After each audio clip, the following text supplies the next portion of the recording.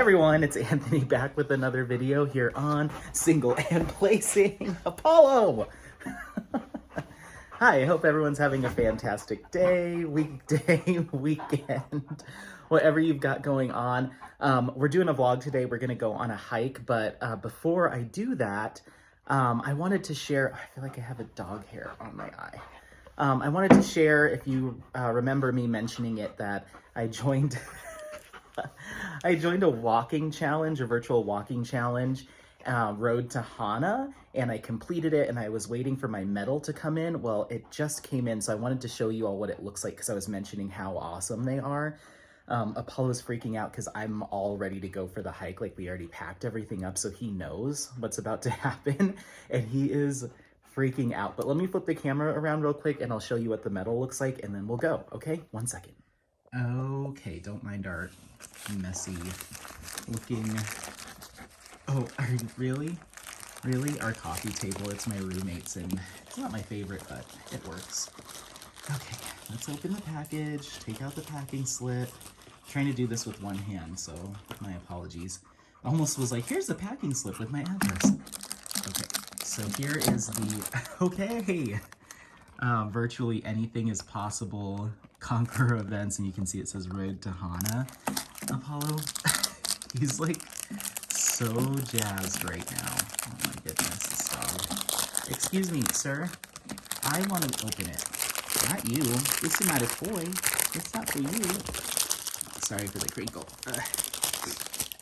So it comes it comes in this package. So let's see. Looks like we open it up from back here. Yep. Hey. Apollo. Whoa. Oh, it fell out. Hey, excuse me. Whoa, look at, it's a little ray. Apollo. Okay, so this is what the medal looks like. Isn't that cool? Road to Hana, Conquer. It's like layered. Isn't that cool? So I think I'm gonna hang these up in the office or at work. But look, instead of having like a fabric, what is it called? Instead of having a lanyard, it's got a flower lei because it's Hawaii. And look, it's got a surfer and a sun and some plumerias. How cool. Apollo, this isn't for you to eat. So yeah, that's my Conqueror medal that I got for walking that, I think it was 64 miles. And now I'm doing the Great Wall of China, which is like 2,100 miles. So I'm giving myself a year to do it. But anyway, this is kind of what their medals look like. If you're interested in joining Conqueror, maybe if I remember, I'll put a link, but it's just a good way to encourage yourself, or it was a good way for me to encourage myself to get out more. So really? Okay, we're gonna get in the car and get going. All right, bye. Say bye. Okie dokie. All right. Hi. Just getting buckled up. It is warm in this car. So we have a nice kind of cool day, not freezing, but not warm. We're at 43 degrees. Sorry. Hi, Mary. Mary's texting me. I've tried to look at directions and it keeps popping up. Okay, there we go. The little notifications. So we're headed out to Lyons, or near Lyons, Colorado. We're going to Coulson Gulch Trail. It's an off-leash trail up in Lyons. I don't know what the weather is like up there. So if it starts to get a little snowy, a little frosty, and I'm worried about driving, then we'll flip around and make other plans, or we'll stop at a dog park or something, or even just like a normal walk, maybe near Longmont or in Lyons, just to get some energy out, and then we might finish at the dog park. My original plan was just to go to the dog park, but we keep going there. And I wanted to mix up the content and maybe take you on a different hike or something like that. So I was just researching off-leash trails in Colorado, and this was kind of one of the closer ones. It's about an hour and 10-minute drive, and it's already noon. We got a late start to the day, and then I stayed in town, so I had service so I could watch Mary's live. and get my putties, and then I didn't delete the Diamond Art Club app, and I haven't bought anything from Diamond Art Club in weeks. It feels like maybe a couple weeks. But there was that image from Yume Art that came out. It's called like, I forget, it's like muted something or silent something. It's like a person listening to music on some headphones, and I just love the colors, and it was round, which gives me more opportunity to enhance it. So I was like, oh, I'll snag it. I haven't gotten a DAC in a little bit, so snagged that. I haven't really had any kits jump out to me in a while, but that one definitely did. So I saw somebody do the, I forget who did the unboxing of that or the sneak peek of that, but I saw it pop up on my YouTube, and I saw it, and I saw the video thumbnail, and I was like, I think I'm still okay, even though it is Yume Art. I think I'm still okay. And then I saw it pop up on the Diamond Art Club Instagram and got like a good look at it, and I was like, oh, this is really cool. So I snagged it. But yeah, and then I've been looking at Ivy Dollamore's Instagram page and her Etsy shop, just kind of like taking a look to see if there's new images that have popped up. And there, I didn't see any brand new images, but there's so many that I'm like, I really hope Diamond Art Club decides to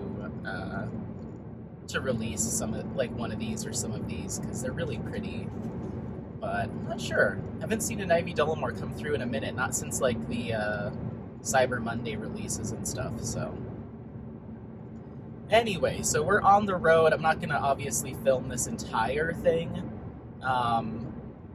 But we're gonna head up to Lyons. I was gonna stop and get some food, because I haven't eaten yet today, but I'm not like so hungry, and I don't want to be full on the hike, so I think we're just gonna go for it, and I'll just let my stomach growl and get extra hungry, and then we'll figure out like a late lunch. Are you yawning? Apollo's like, ah.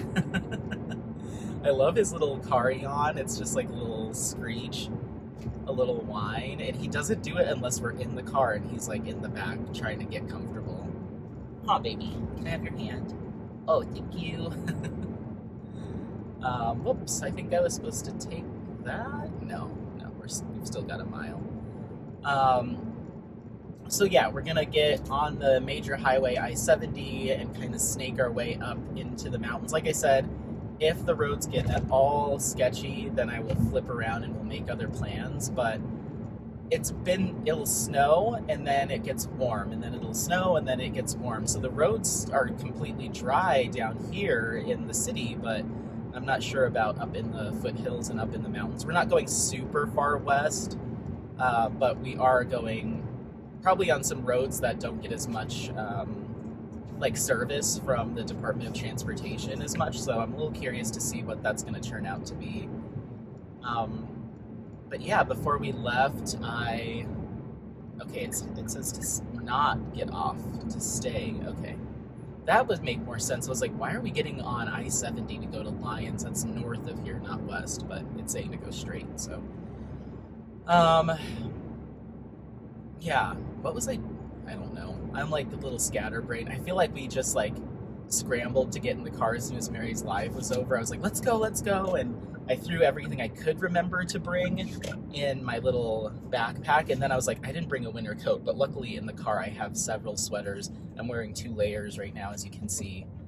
So I think we'll be fine. I did bring my hat and gloves, so I think we'll be all right. I don't think it's going to be freezing up there. I just worry about the snow that's sitting there. And I've never been on this trail before.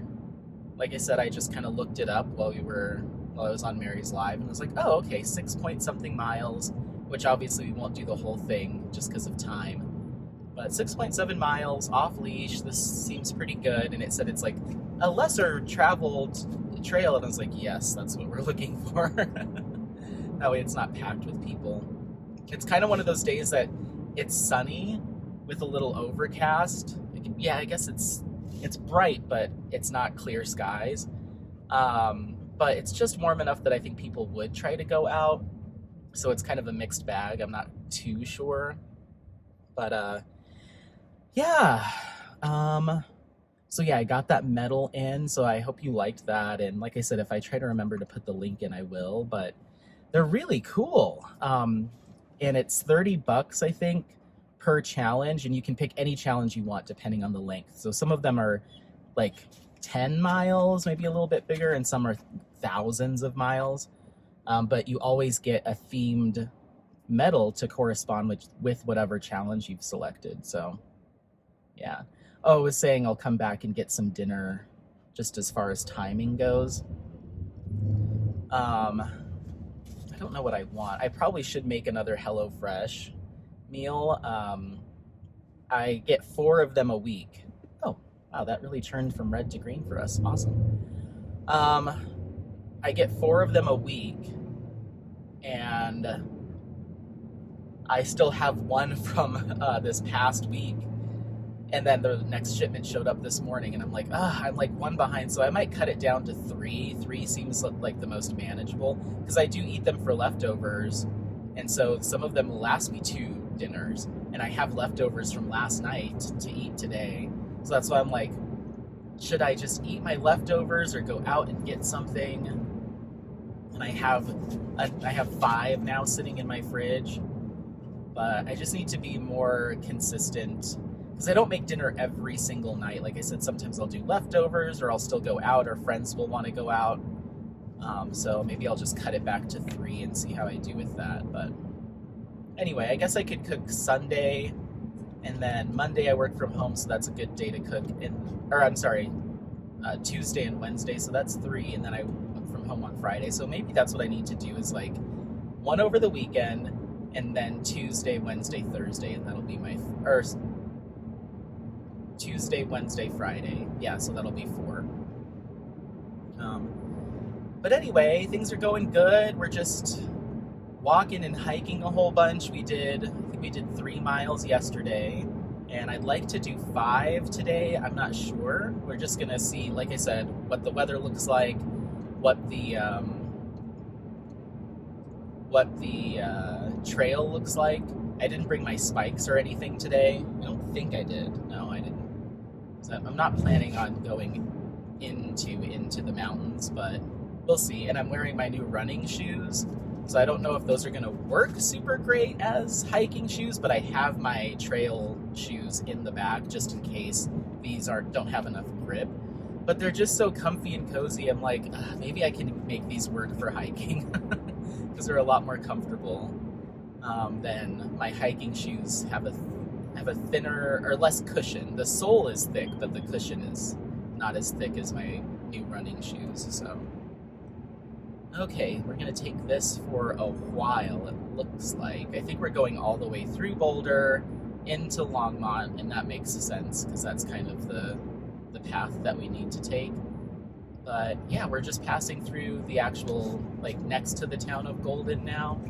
We're almost all the way through it. Yeah, I hope everyone's doing well. Make sure to leave in the comments how things are going for you, how your weekend's been, all of that good stuff. Oh, there's some paragliders that just landed. Oh, cool. Yeah, just how things are going with you. Things are going well for me. I got a decent amount of diamond painting done over the past, 2 nights. I did go out to karaoke on Thursday night at the time of filming this, but I still was able to get back and do a little diamond painting. And then yesterday after work, I got a little bit done too. And then went downstairs and hung out with some friends, had a glass of wine, and then they went out on a little date night. And they were like, you should just come with us. And I'm like, no. And then my other buddies were going out to a happy hour. And I was just like, I almost got in the car and did it. It was like, I don't feel like having any beer or anything. And they go to this place on Fridays for happy hour. It's called Fat Sully's. And it is a pizza joint, but they also do other food. And their specialty on their happy hours is like a cheeseburger, like just a classic burger with fries, and then you get a beer, and I think it's $6. But their burgers don't have veggies on them. It's just like the meat and the grease and the cheese on a bun. And it just doesn't look very appealing to me. I'm sure I could ask for like add this, add that, but then it's not the happy hour price, which I don't really care about, but they go as like a ritual because it's such a good deal. And so I went once with them and I was like, the burger doesn't sound super appetizing to me, so I got a piece of pizza. And they were all like, oh, like that's the whole reason we come here is to get the happy hour deal, and you're gonna spend just as much on a slice of pizza as a whole burger and fries. I'm like, yeah, but if I don't want that, then why would I force myself to get the deal if I'm not gonna enjoy it? And they were just like, oh, well, that's our thing. And I'm like, hush up. So they were going again yesterday, and I was like, yeah, I don't want to deal with having to defend myself for not wanting their gross burger. I'm sure it's fine, but it just looked so heavy and like full of grease, and it's just like, ugh. I'd rather have one, because I think it's like 2 patties. Like, I'd rather have 1 patty and a whole bunch of veggies than 2 patties. Like, I like a nice fresh taste to a burger as well. So I didn't want to be the snob at happy hour. And then they do this other thing too. It's very strange. They push it really hard. It's called like I don't know. It's a beer and a shot of like bourbon or something like that for like $5. And when we went there last time, I just wanted a beer, and even the waitress was like, well, you should get the B&B or whatever we call it. It's like a blue ribbon and a bourbon or something. And I'm like, oh, I just want a beer. And she's like, well, it's actually $1 cheaper just to get this. And I'm like, all right, fine. Like, why is everyone, including my friends in this establishment, so pushy with the specials? Like, none of them sound good to me. And so I got it, and I didn't even drink the shot because it was like Jim Beam or something. Yeah, it was like Blue Ribbon and Beam, or I don't know. It was just like, ugh. So I gave it to one of my buddies, and I'm like, this place is just like, I just want a normal meal and a single beer. Like, why are we so pushy with all the extras? So I don't like the vibe either. So yeah, I think they might be doing something this evening. I'm not too sure. If not, I'm sure after this hike, I'll be a little tired. So, I don't know if I'll go out tonight or if I want to keep pushing through and getting some more of Head of Medusa done. Because I'm using that other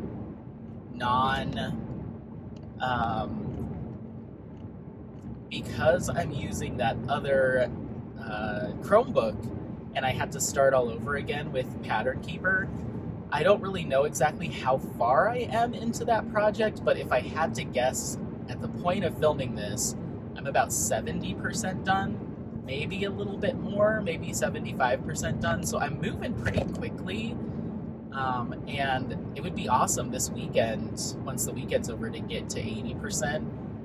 I keep telling myself, oh, I think I see a dog running up there. I wonder if that's just open space. That would be nice if we had something this close. It also might be private property, I don't know. It's like this big hill, and there's a dog just like booking it.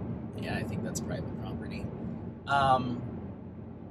So yeah, I keep telling myself maybe I'll find the time to sit down and combine the two, like go onto my Chromebook and highlight all the stuff I did on my tablet and mark it as complete. But that's a project in and of itself, because I was at like 60% or 50-something%. So I'd have to sit there and highlight and check on Pattern Keeper for like hours just to get all that done.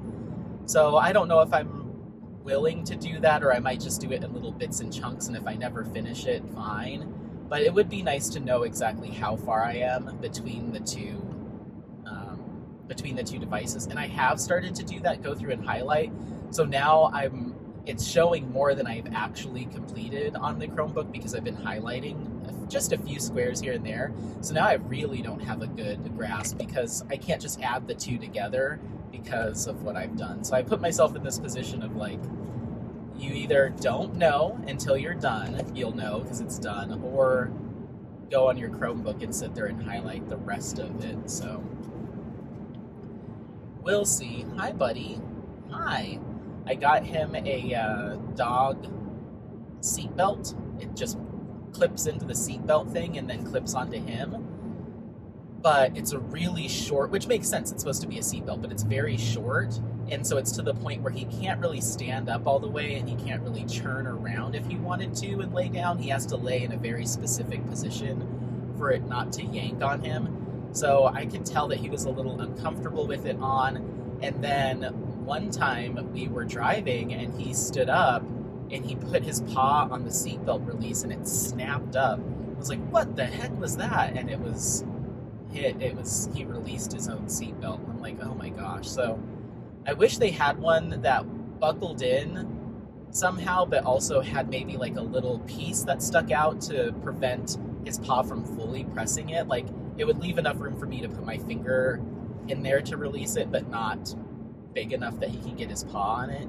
So it's not the best design. It's just like a flat piece of metal that you stick in there. So it's not the best design for a dog, but it does work. If he was to like not do stuff like that, like sit up, he'd need to lay the entire time. So I don't know if they make a ever so slightly longer one, like just a few inches longer so he can stand up comfortably, but this one I think might have been meant for little dogs. But it's okay. It was, I think, $10 for, you get 2 of them. Maybe I could, I got a little like tickly nose hair. Maybe I could connect the 2. No, that would be too long. Because it's like, what's the point of having a long one? Like, the whole point is to keep them in place in case of an emergency. So it doesn't make sense to have like a 4-foot long seatbelt, because if I do have to brake hard, he'll still move. So it looks like we might get a little bit of something like snow or weather. It's just really overcast, but I don't see like cloud accumulation necessarily, like big puffy clouds. It's just kind of like just a little overcast. It almost looks like haze, like smoke haze, but I don't think that's what it is. So yeah, we've got about an hour and 5 minutes, so I'll stick around with you for a few more minutes, and then we'll just cut to the next clip. I've got the camera with me, I've got my batteries, I've got my mic set up. I think I have everything I need so you guys can walk around with me on the hike, and yeah, we'll go from there. But I'm filming a lot of these vlogs, like, anytime we go out to the dog park. Not every time. We went to the lake 2 days ago and I didn't film that. We went to the dog park yesterday and we didn't film that, just because it's the same trip, you know, and there's only so much I can talk about. I mean, I can talk a lot, but trying to do like over an hour vlog every day, just, I would seriously run out of stuff to talk about. So it's been a couple of days since I've filmed anything, but my schedule is still posting these once a week. So we might, by the time you see this, we might be a month out from you actually seeing this. If I end up continuing to film a lot of vlogs, I might start doing them twice a week, just so you're a little bit more caught up. That way I'm not like, hey, it's March, and you're not seeing it till May.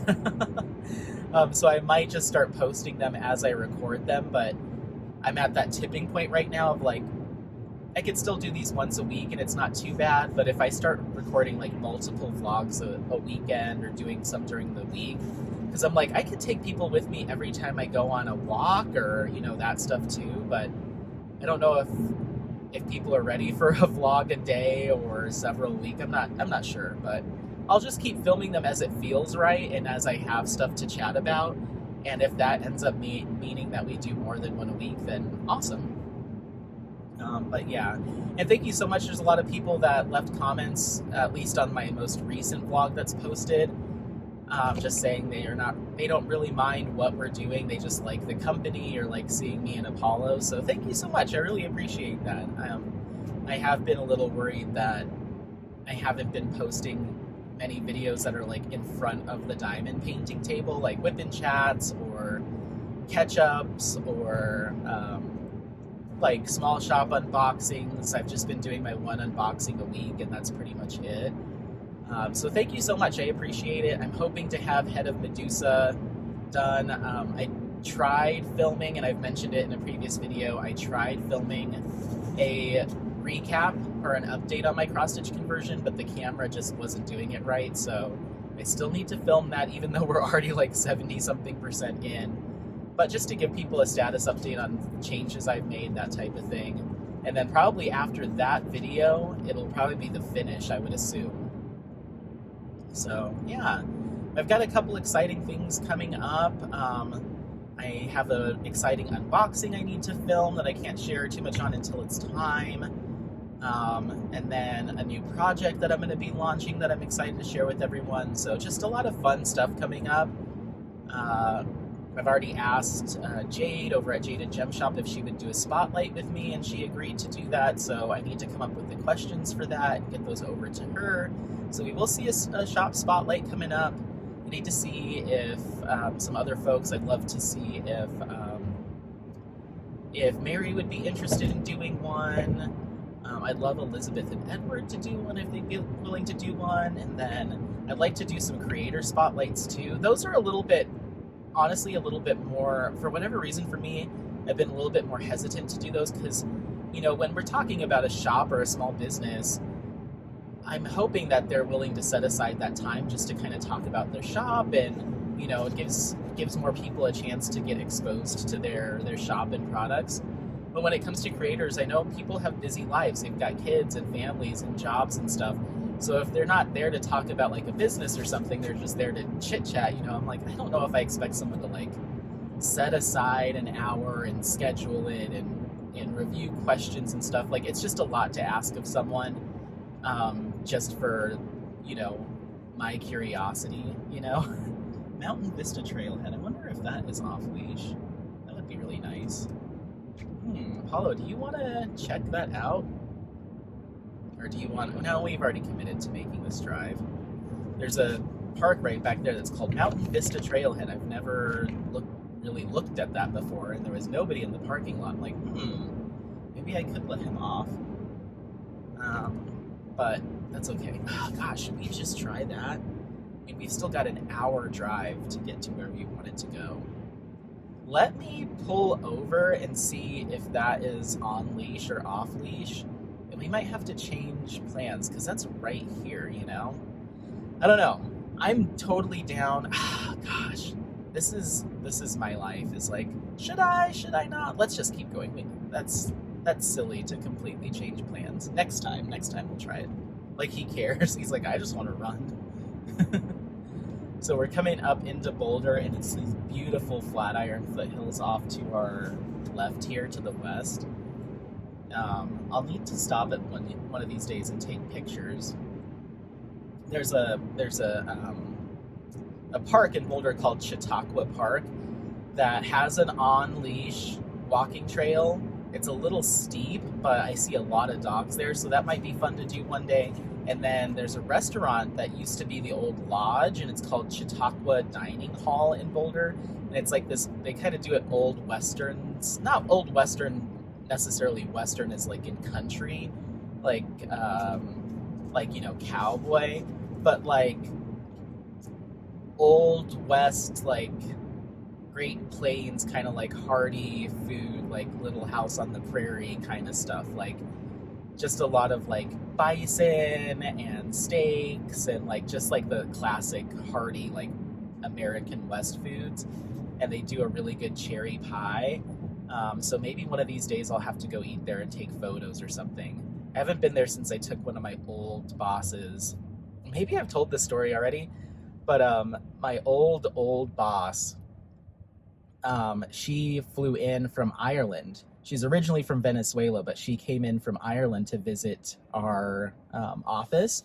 So it was like me and my coworker and her were all on the same team, but she worked remotely from Ireland. And so she flew in to help train me and stuff like that. And then I was driving her around to and from the hotel, that type of thing. And then her last night, I was like, I want to take you to dinner and have like an American dinner. And she's like, oh, okay. So I picked Chautauqua Dining Hall just because it has that like the whole style of it. And she was like, oh my gosh, this is exactly what, I would picture an American restaurant, or like an old fashioned. And so I took her there, and she got I forget what she ordered, but it came with cornbread. And she was like, what is this? I was like, it's cornbread. And she was like, is it a dessert? And I'm like, well, I mean, it's kind of sweet, but no, you're meant to like eat it with your meal. I think forget what she got, if it like was like chili and cornbread or something. And she was like, this is so weird eating this dessert with my chili or whatever she was eating. It was like, it's not technically a dessert, but I can see where you would think it would be, because it was like that honey cornbread. And then she got a piece of cherry pie to take back to the hotel room, and she's like, I was so full after all of that, but it was so good. It's like, yeah, that's like a old-timey style, like get a ribeye and a baked potato kind of place. So anyway, so it looks like we're gonna churn here at a certain point, which really kind of confuses me, because usually we don't churn away from the mountains, but according to Google Maps, we will be churning and heading east for a little bit. It's very interesting. So let's get to that churn and then I'll let you go. But yeah, still just working on Head of Medusa at the time of filming this. Just trying to get through that and move on to trying to start one of my other whips that I have. I was thinking of maybe just trying to work on Polani and get that all wrapped up, because I'm about halfway done now with Polani. And then once that's done, then I'll probably have a little special project that I'm going to be starting. And I'll probably start that and work on another whip in conjunction. I'm thinking maybe Cozy Evening, because my aunt's going to be in town in August. And I'm like, I need to at least get that done by August so I can give it to her in person. So just try to sneak in a section of Cozy Evening. I think if I counted it, I'm about 12 sections away from being done. So if I did a section a day, it wouldn't take me that long to finish, but I've got all this other stuff going on, project-wise. And then I have, what do I have? I've got Crimson Oracle to go. I've got, I don't even remember anymore. Oh, Star Maker is still sitting around. And then Senorita. And then my 2 kits that I haven't put any drills on is the Jaded Gem Shop Mystery Kit and then Sunset Crossing by Craftably. So I've got enough little whips to work in between, like cross-stitch conversions and stuff, to probably keep me going the rest of the year. But that's okay. These cross-stitch conversions are just long-term projects, and I'm totally fine just focusing on them for now, and then just pulling out another whip and trying to get those wrapped up. I've mentioned it before, I don't have any intention on kitting up anything new right now, just because, oh, I took the wrong turn. What did I just do? Oh, okay. Whoopsie. I was wondering, it was like, the turn looked a lot tighter than it did on maps. I was 1 stoplight away. It's okay, we're just gonna go through this residential area and get back on track. So yeah, I don't really have any intention on kitting anything up right now. There is one kit that I'd really like to work on and get done as part of like a super special project, but it's gonna be tight. I just don't think I could get all of that done. Just even thinking about it feels overwhelming. If I was to do that, I'd have to probably bail on all my other whips. But there's a kit that I want to do that'll be tied to like a special series, and I would kind of need to get it done in the next like month and a half. I just don't know. I don't know, you guys. And I have all these big ideas, and then it's like the practicality of actually getting all this done is a little insane. But we'll see. I just thought it would be a really cool idea. But anyway, I'll try. We'll see. It doesn't hurt to at least say I'm going to try.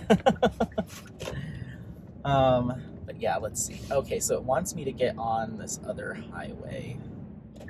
We're in Boulder right now. Oh my goodness. Okay, so take that for half a mile. Okay, I think we got this.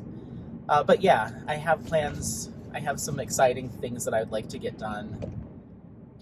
Should I stop here and get a snack? This is kind of like the last opportunity to grab a little bite of something before we go up into the mountains, and wondering if I should take advantage of that.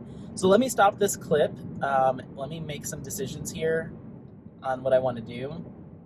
and then I'll see you up at the trailhead. We still have 49 minutes until we're there. So hold on just a sec and we'll see you up at Coulson Gulch, okay? Bye. Okie dokie. Say hi, buddy. He's going potty.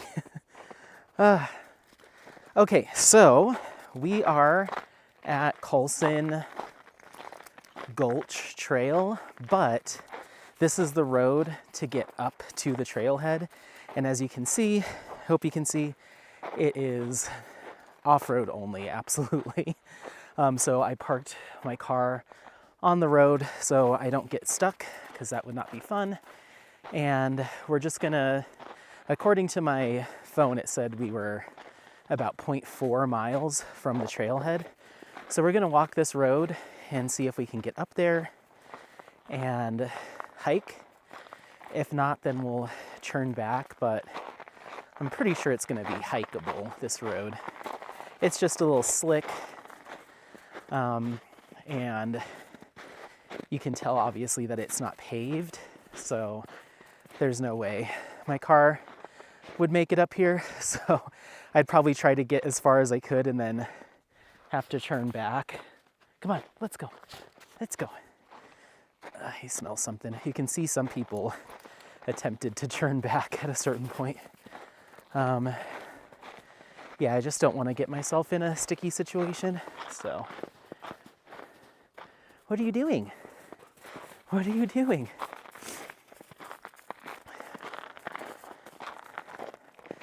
So yeah, I'd love to get a four-wheel drive.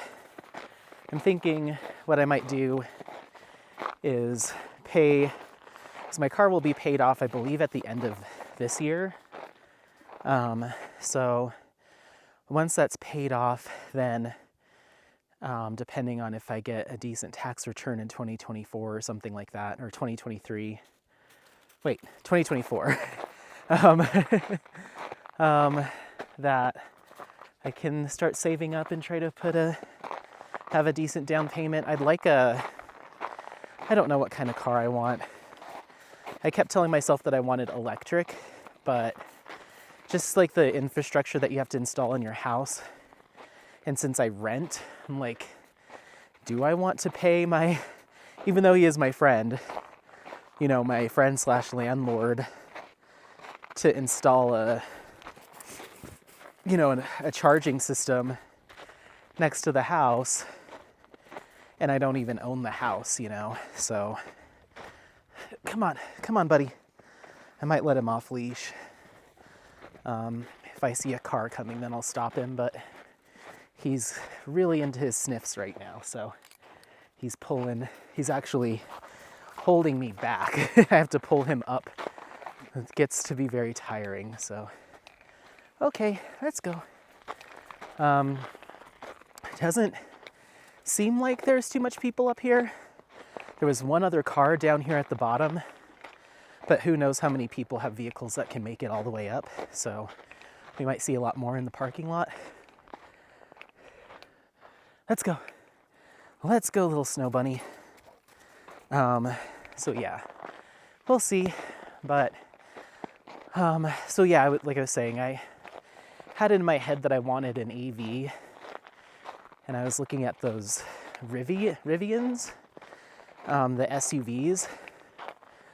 That was one of my options, but they're very expensive, and like I said, I just don't know how practical that would be for me. Hey, let's go. Sorry, Apollo decided to take off down the hill. Freaked me out, so I had to stop and scream at him to come back. Dude, don't mess this up for yourself. I don't want to have to put you on the leash the whole time.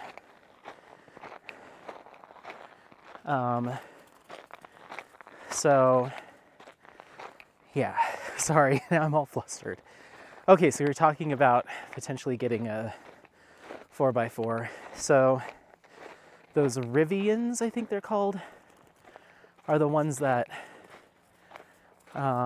seemed really interesting to me, but I think that's just a little too rich for my blood. I hear a car. They're coming up. So there's a road that goes to a community up here. There's like apparently some mountain homes up here. So there's a road down there that people are going on, but this is the one up to the National Forest. Let's go this way. And so yeah, I don't think the Rivian's for me. It's too pricey. I'm sure the monthly payments on that would be out of this world. So I don't think that's going to be the one. Hey, let's go. Apollo, he's not going to listen to me. There's so many smells and stuff up here, and this is new to him, so I just have to do my best. Come on. Come on. He's freaking out. Look at this dog. What? Is this your home turf? I think I might hear a car coming. It's a little scary not knowing if it's coming up to us or... Hi, let's go to that other road. Because if a car is coming up, then we need to leash him. But I would assume they wouldn't be moving very fast. We're on like a fairly steep hill and it is slick and snowy. Come on, let's go. Luckily there's fencing down there, which is nice. So he doesn't go into the road. So I've been looking at getting maybe a wagon, like the Volvo S60. Oh no, I think it's a V60 or 90. Those are partial hybrids. Sorry, I'm real stressed about a car coming up on us, but I'm sure I'd be able to hear it. You can see the road that we've just climbed up, so I'm sure I'd be able to see a car, and I would hope that they would stop for us, you know. But there's the V60 and V90 are like a wagon from Volvo, and those are both all-wheel drive, and they have what they call a soft hybrid engine, so it's not one that you plug in. It's like my current car. It just, the battery charges when you brake, or when you're going downhill.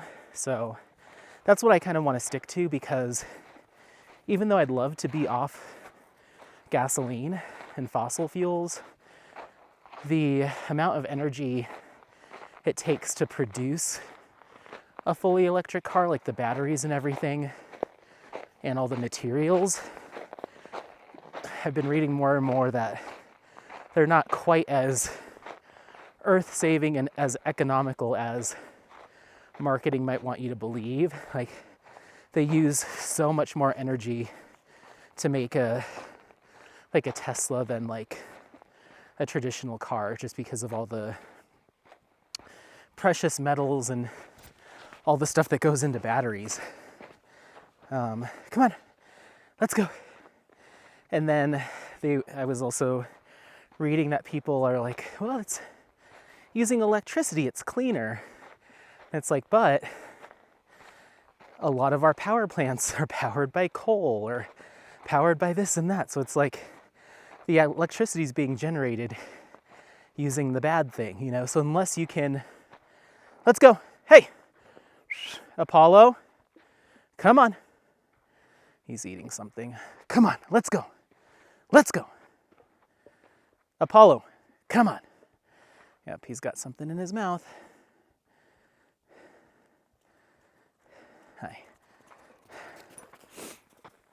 Sorry, if you hear me calling to him and yelling, I'm not trying to be mean to my boy, but I don't want him taking off and I don't want him getting hit by a car. So we've got to try to be a little bit more firm on this hike. So, and like I said, I don't know what we're going to find when we get up here. Might be packed with people, might be a bunch of dogs, who knows.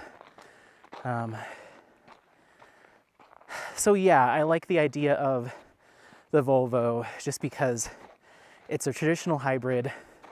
And usually when I drive to work, I'm almost always running nearly 100%. Oh, hey, stay, easy, stay.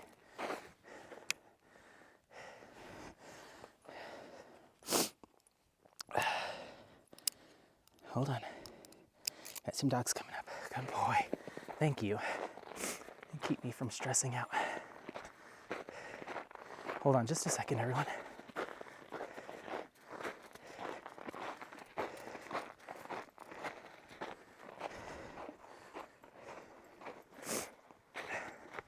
How's it going? Say hi. Hi. Good job, buddy. Good job.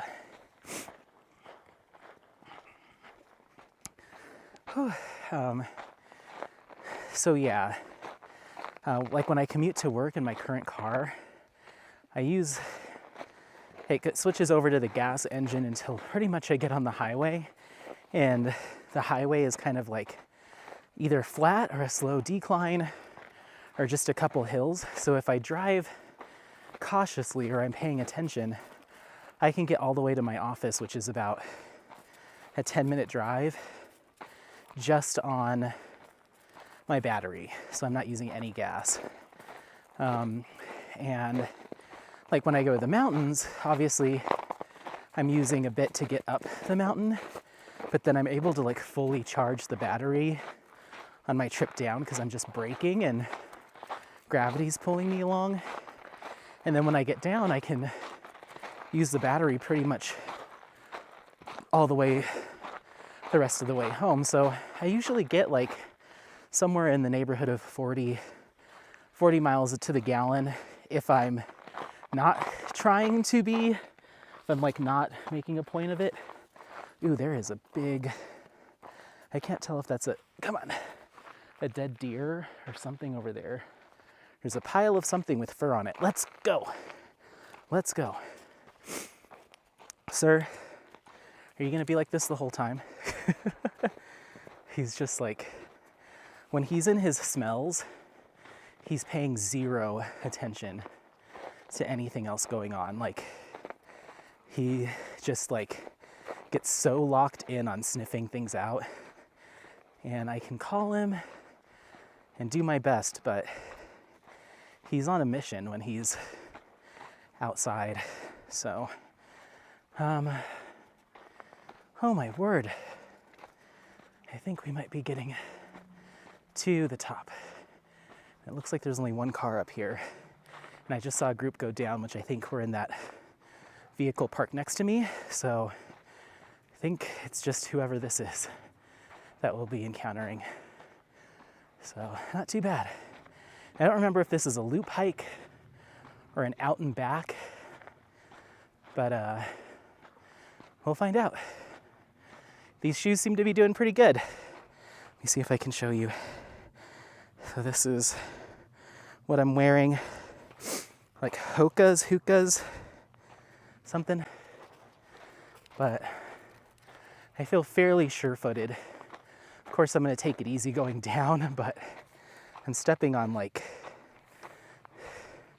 knock on wood, maybe I shouldn't be talking about it, but we are stepping on little patches of ice and I don't feel like I'm slipping, but that could change. I could have definitely brought my spikes. I didn't think I'd need them, but okay, there's 2 cars up here. Okay, not too shabby. But yeah, I get like 40 something miles to the gallon when I'm not paying attention. Whoa, someone got their Prius up here. Holy moly, that is some brave driving. Wow. Looks like they've got decent snow tires on it. Okay, Apollo, we did it.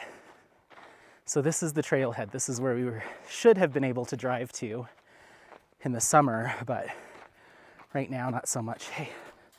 Hey, buddy, you gotta tighten up that attitude. We're in a new place, and I don't want to have to leave you on leash the whole time. Okay. Whew, that was a nice little 0.4, 0.5 mile trip up. I should have put my watch on. Here we go. And cut around this. Okay, it looks like here we go. All right, I'm gonna let you off, but I'm warning you. Be kind, right? Rewind. Okay.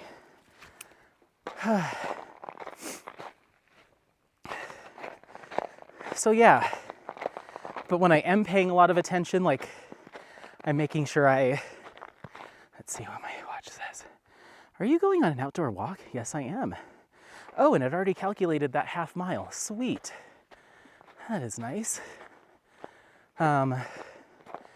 So yeah, when I am paying attention and trying to drive very like economically and not accelerate too hard, not exactly, getting up to highway speed right away, just kind of letting it coast. That's a road. Then I can usually get closer to 50 if I really try hard, but it's no fun driving like that. So I usually stick around 40. Whew, I'm already winded just getting up here, let alone the hike itself. Oh my goodness. So yeah, that Volvo wagon is on my radar. That's pretty much it, to be honest. It's the only thing that I've seen that I really could see myself in. I've always liked the brand Subaru, especially because of the off-roading capability, but I don't really like the shape of the Outbacks and their little hatchbacks. I'd want something that's a little bit more cozy as like a long distance driver, because I do go on a road trip a year usually, and so I do want it to be comfortable and have like the amenities. I just need it to be four-wheel drive with a relatively decent amount of clearance. I'm not trying to like literally go off-roading, but like something like this, like enough clearance to make it up that road, and be confident. So I don't know, if you have any suggestions, let me know. I'd like, if I could find something that has all of that, plus it's a hybrid, that would be like the ideal situation. I guess Toyota has, I don't really like the look of RAV4s, but they're like Highlander or the bigger SUVs. Those usually you can get them in a hybrid. But yeah, that's not for at least another year, just because I want to pay off my car before I get a new one. I've done that. That's what I did with this car. Is previous to my Sonata, I had a Toyota Corolla, and I decided I wanted to upgrade, but I hadn't paid off my Corolla. So they rolled the remaining balance of that car into my loan for my Sonata. So I think I'm done now, but like it's just all divvied up, but a portion of what I pay every month is technically paying off the rest of my other car. It's almost like I have two car payments in one, which is why my monthly lease is asinine. I won't go into details, but I pay more for my car than I do for rent right now because I rolled the two loans together. Main reason I did that is because when I got my Corolla, my credit was really, really bad. And so it was like one of those, like, the program's called like Second Chance Colorado. So if you've like had a repossession or generally you just have really poor credit, they help you get into a used vehicle. But the interest rate is astronomical. So when I got my Sonata, I was in a much better position. So even though I'm paying for the two cars, my interest rate is like half. So that's one of the reasons why I did that. But yeah, I really liked that Corolla though. Probably should have just, I'm happy I have my hybrid. I get such good gas mileage. And even though it's two-wheel drive and it's meant for like being like sleek and economical, it still does decent in the mountains. Like not when it's icy and snowy, but if it's like really rocky, I can still manage to finagle my way up most trails. It does better than you'd think, I'll just say that. So, whew. Apollo, this is quite the hike. Whew. A lot of uphill, but that just means it'll be downhill when we go back, which will be nice. Whew. So, yeah, this is our Saturday afternoon. Just rocking and rolling. Oh my goodness. It is a little bit more slick here. So I wish I would have brought my spikes, but we'll be okay. I told myself that if it does start snowing, then we got to get out of here, because the road up here was paved, but very steep, very windy and churny, and I couldn't imagine trying to come down that. There's a bunch of snow on the road. Okay. Jeez Louise. Hi, come here. Come here. Good boy. Good boy. Are you loving this? You better be. No, I love it too. It's just a workout. You can see what we just climbed up. We were down at the bottom of that. Holy moly. Whew. But it is beautiful. Hi, I love you. I love you. Let's go. It is beautiful, but it's a workout.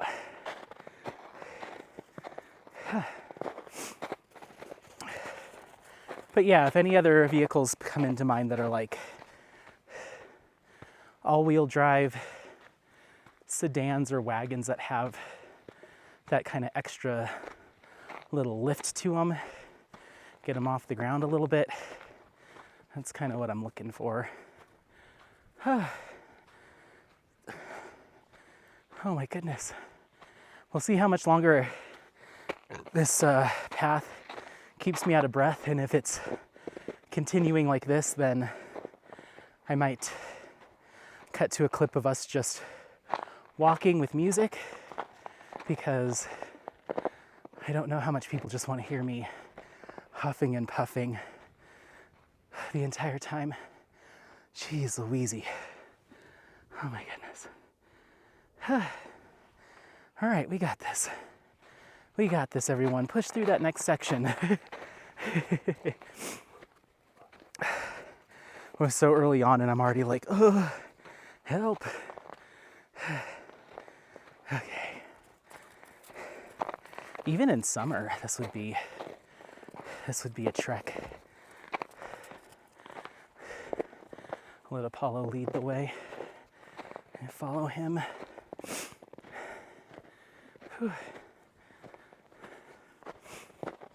Good job, buddy.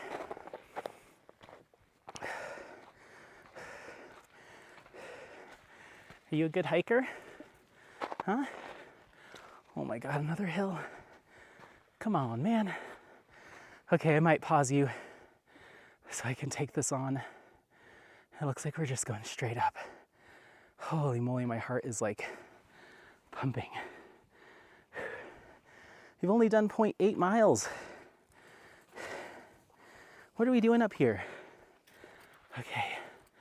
All right, let me turn you off, because this is embarrassingly loud breathing, so hang tight.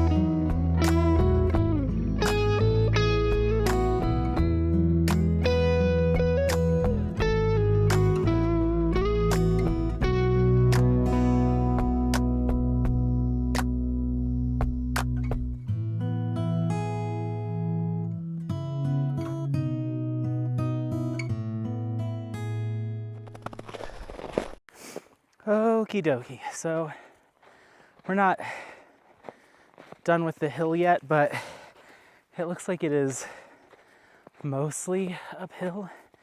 So it's like, well, either you don't record anything or you power through. So we're gonna try to power through.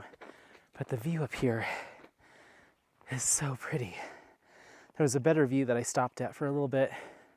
So if you were listening while the music was playing, or watching, you got a good view. We still have this whole thing to climb. It doesn't look like we're ending anytime soon. So we're just gonna push through. If you're being active or walking or just getting errands done, diving, painting, just keep on trucking, you got it. My boss wrote me, I had like a brief moment of service, so I got like 2 text messages that came through. She's like, hey Anthony, I hope you're having a good day. I just wanted to let you know that me and my friend came to Michael's off of this and this, and they have tons of diamond paintings on clearance. And she took a picture and it looked relatively picked over, but there was quite a few diamond dots and a whole bunch of diamond art clubs, and all of them had clearance stickers on them. So I couldn't quite see what the kits were. Oh my God, Apollo. Yeah, this is gonna kill me. I couldn't see what the images were, but I might stop on my way home. I don't need anything, but maybe there'd be something good to snag for a future giveaway. I'm not sure. So, this hike is really getting me. But I think it's so funny that even my boss is like just scouting out deals for diamond paintings. Apollo, this is more than I had anticipated. Oh, starting to get really deep. Oh, buddy, we might need to make a pit stop or make some decisions here. I think we're coming towards the crest, but who knows? We'll keep going. I think I want to do 1.5 miles up. 1.5 miles to 2 miles, and then, it'll be the same distance down, so 3 to 4 miles. But oh my God, this is like training for summer hikes, like big hikes.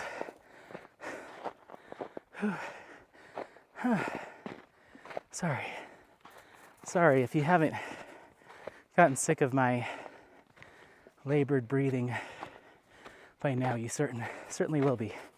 I know. I'm not going fast enough. He's like running circles around me. Yes, I know. I'm trying, buddy. You've got an old fat dad.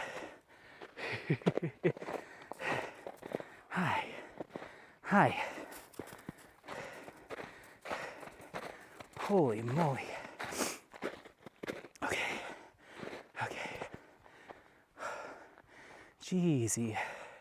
Cheese and crackers, Apollo. This feels like we're nearing something. You probably see the camera moving. It's like on my chest. This is a lot of work. I know you don't think so, but geez.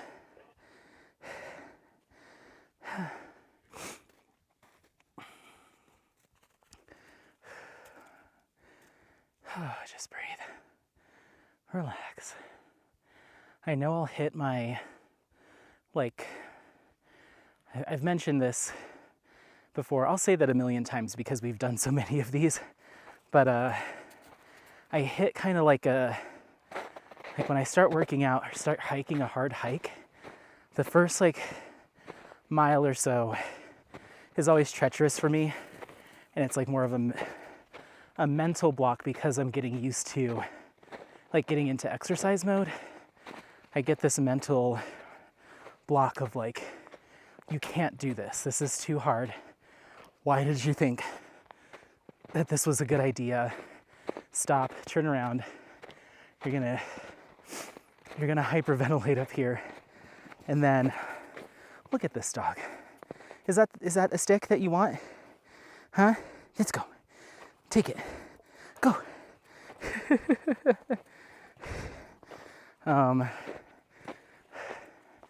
Yeah, I didn't think you're gonna carry that the whole time. Maybe he's gonna try. Is that too much? I think that might be too much stick. Yep, too much. He bailed on it. But I like start breathing really heavy and my heart's pounding and I can feel like a tightness in my chest and my calves are burning. And I'm just like, this isn't it. You need to stop and turn around. This is too much for you. And then all of a sudden, as long as I keep pushing and telling myself just to keep going, I'll kind of break through to like getting in a better rhythm. Of course, I'm still panting and, you know, it's a lot, but I lose that like feeling of I can't do this, you know? So maybe I just need to try to get to that stage here, but walking in snow is so much harder, so much more work. It's like running in sand. Oh.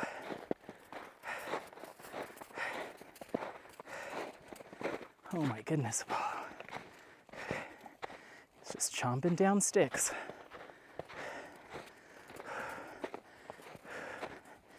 But he definitely keeps me motivated because I'm like, I know what it takes to tucker him out, and it takes a lot.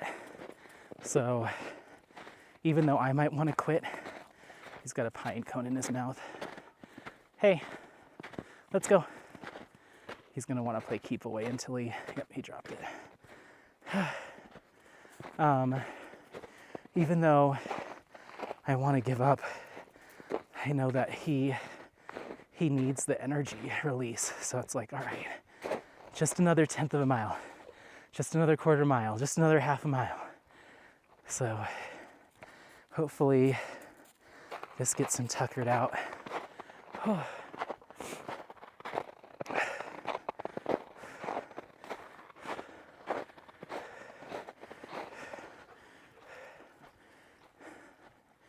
So yeah, this is Coulson, Coulson,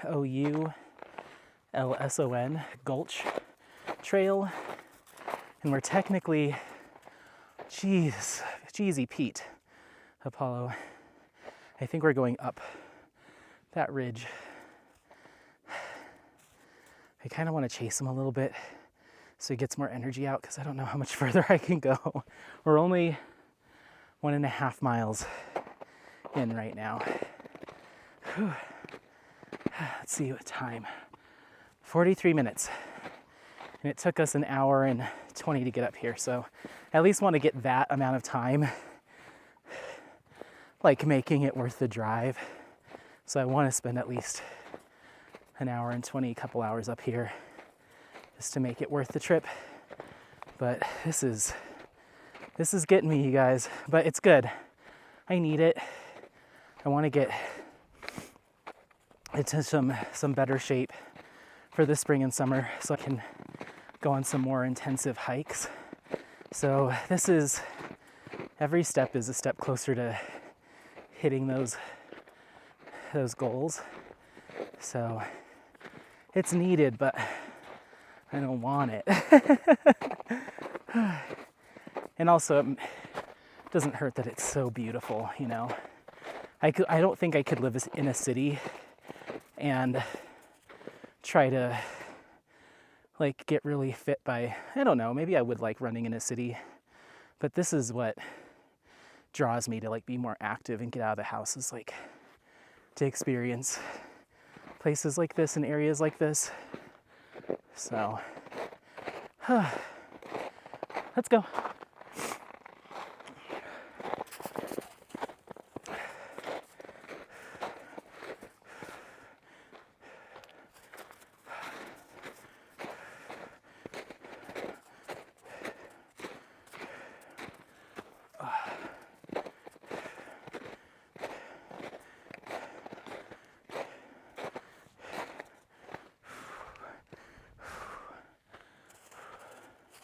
Jeez.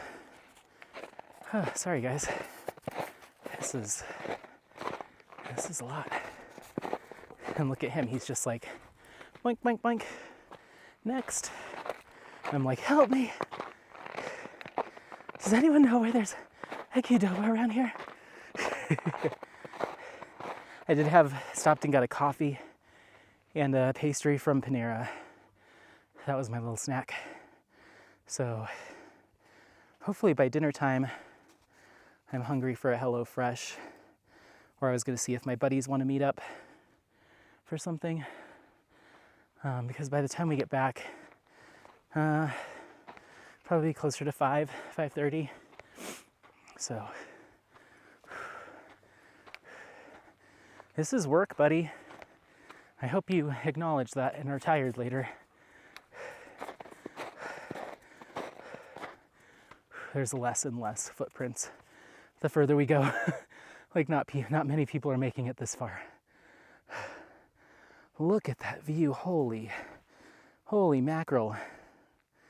If it was clear skies, you could probably see straight ahead through that valley as kind of the plains in this like Denver metro area. And you can see where Colorado goes from mountains to just flat.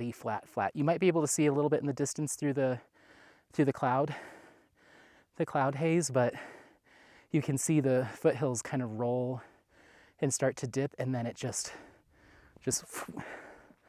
all the way. So this is literally the start of the Rockies that you're looking at. Sir, what have you discovered? Okay, let's keep moving. Come on. Enough fawning over Colorado. Let's go. Let's get up this frickin' mountain. Whew. Oh, this is snow. It's like every forward step you take, you just have a little give. It just kind of collapses underneath you. And so you've got to put that much more energy into lifting yourself up. Whew. Apollo, let's go. Come on. Come on. He smells something. He's trying to make a decision. Hey, what did I just say? Come on. He always gives me that look, like he understands what I said, but then he has to decide if he wants to listen. And so he'll stare at me like, should I listen to him or keep doing what I wanted to do? And it's a 50-50 shot. Sometimes he comes back right away. Sometimes he goes to sniff some more until I get more stern, and then I'll come back. But yeah, a very husky thing of him to do. So he's definitely not as independent as my buddy's husky. He will just, like, Apollo kind of like mills around me, you can see him just kind of like bopping around, but still staying relatively close. Oh God, look at this. When will it end? This has to be the top. I don't see any more hills. We gotta push through. I can't quit and not at least see the top, and I think we're getting there. I'll finish that story in a minute. Hold on. Good job, buddy. You're a good little snow dog. Holy criminy.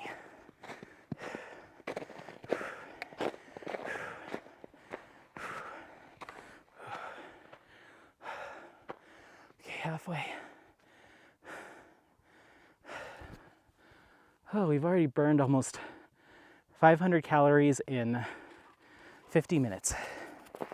That's some good cardio.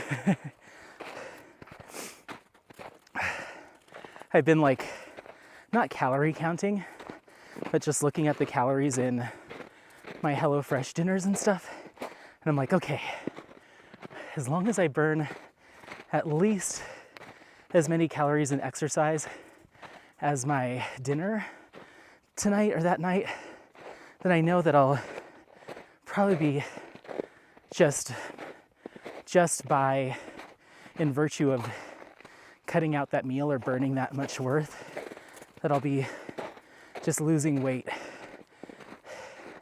or burning more calories than I'm taking in, because just live it by living, you burn X amount of calories. So anything on top of that is bonus. And I don't think I eat more than I burn a day, maybe.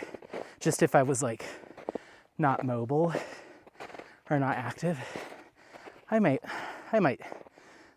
do, but I don't think so. So I'm like, if I can knock that out, then I just have my lunch, and if I do eat breakfast, which I rarely do, then I should be, oh, ate some poop.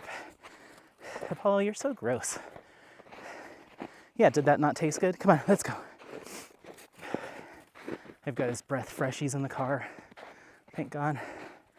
Okay, this looks like some kind of flat area. If we start going downhill, I don't know how far I'll go, because it means I'll have to go up it. Jeezy Pete. There's very few tracks up here. Where do we go next? Looks like people went this way. Hi. Come here. Let's go. Come on. Let's go. Ooh, deep snow. Apollo got trapped in it too. Oh, that really dipped down. I don't think this is our way. Ooh. I see footprints over here, but this doesn't feel right. Guys, this might be where we just kind of walk around a little bit and then head back. The tracks kind of stop. I see some footprints over here, but it's hard to tell. It's hard to tell. Let's see. Where do these lead? I just don't want to get us lost, you know. This can't be right. Hold on, we're gonna take a little break. 1 second. Okay, well, we're just following these footprints. There seems to at least have been a couple people and a couple of dogs going each way. I'm seeing footprints face either direction, so I'm just gonna take the people before me's word for it, and we're just gonna go as far as I'm comfortable. At this stage, I'm not feeling super duper confident because the trail did kind of just come to an end. And I know we're nowhere near the end. It's 6 point something miles round trip. So, oh, excuse me. So we're at least talking 3 point something one way, and we're only at 1.72. So if anything, we're only like halfway up said trail. I just don't know if this is it. But it definitely started to ease out up here. I think we're kind of at the top of this mountain, aka foothill. Like we're not super high up in the Rockies. We're still in the foothills. Okay.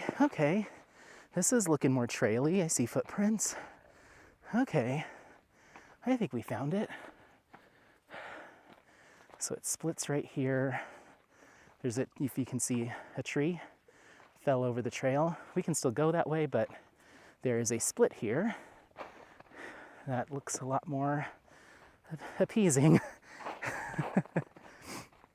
I can't wait for this. I keep saying it, but I can't wait for this summer. Now that we have this this action camera, And I was talking to my buddy last night before they went out.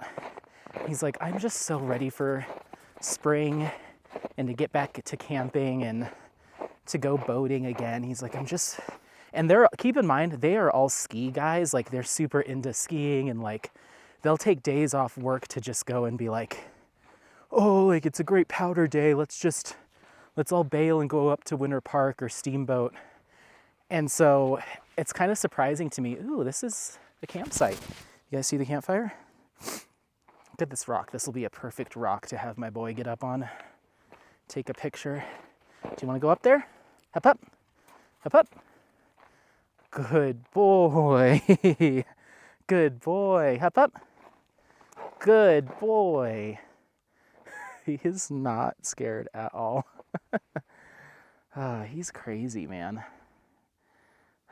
Apollo. Apollo. Come here. This way. Apollo. I think I got a good photo of him. You want to try going back up? Let's get you a good photo. Come on. Be careful. Okay, look at me.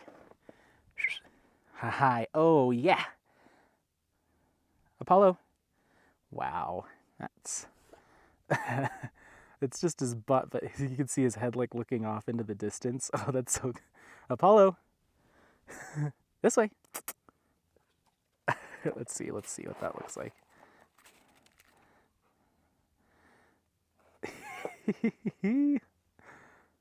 Good job, buddy. You look great. Let's get you up here. Can you get right here? There you go. Stay. Yes, yes.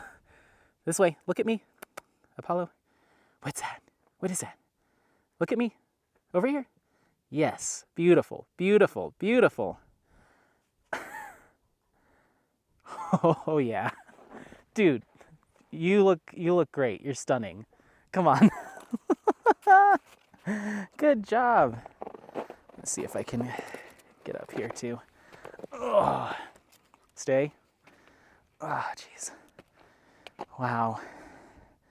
So pretty. So we're currently looking east, but slightly northeast. So this is actually looking back towards the plains. If I can turn around without falling, this is looking directly west. So you can't really see it, but the mountains just keep getting more and more bigger. So, okay, let's see if we can get down without falling to our death. Okay, let's go. Good boy. Good boy. You killed it. You're gonna look so good on Instagram. You just wait. There's a lot of broken, like tiny little broken pieces of glass. Nothing I don't think would cut his paws, but it looks like people were shooting up here. So yeah, my buddy was like, I'm just so ready to get back into it. And it's like, I can't tell you how badly I want to start doing weekend trips again and getting back out camping, because I don't think I've ever brought you guys camping. So, and now with this action camera, I could probably film a whole weekend's worth of filming and do like an extra long vlog, because I've got enough battery to last right around 4 hours, maybe a little bit longer, 4 to 5 hours of filming.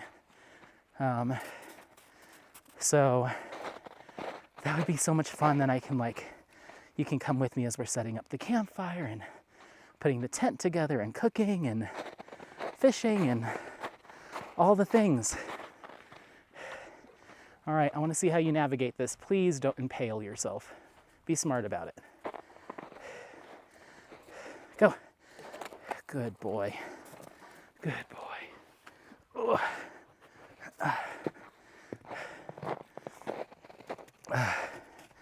Okay. I don't know how much farther I want to go. Oh my goodness. But yeah, I would even love to maybe invest in a second SD card and another set of batteries. Because what if we do a backpacking trip that's like 3 days. You hike, camp, hike, camp. We've done that before, or I've done it a number of times. And it'd be cool to release that over like the course of a week. I don't know what we talk about. Oh, it's getting really deep. Oh. Sorry. Oh my goodness. I can see like the tops of these little bushes.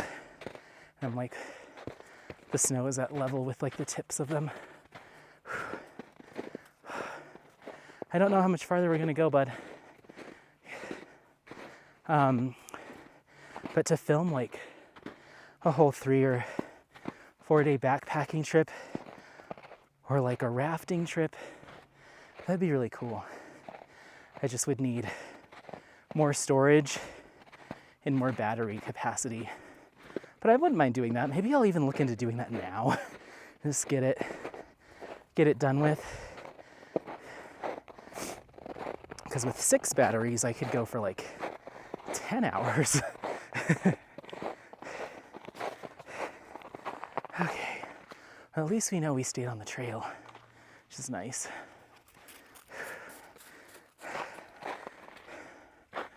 Oh my goodness. Where are we at now? Almost at 2 miles. It's kind of where I wanted to stop, but we'll see. I'm feeling good. I'm feeling good.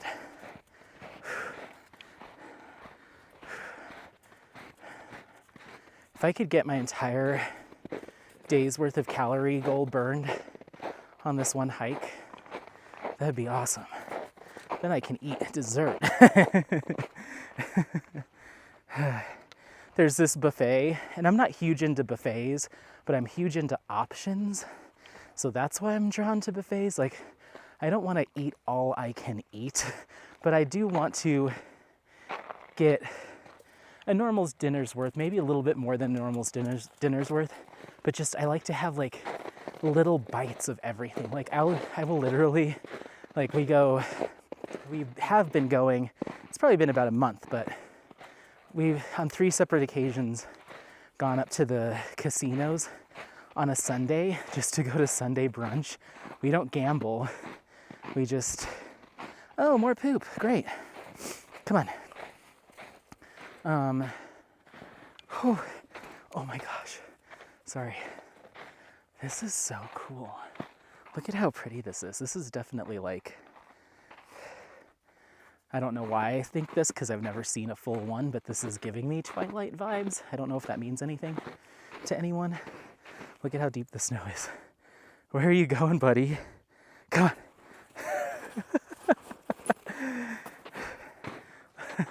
Do you love it up here? Okay. He loves the deep snow. Oh my gosh.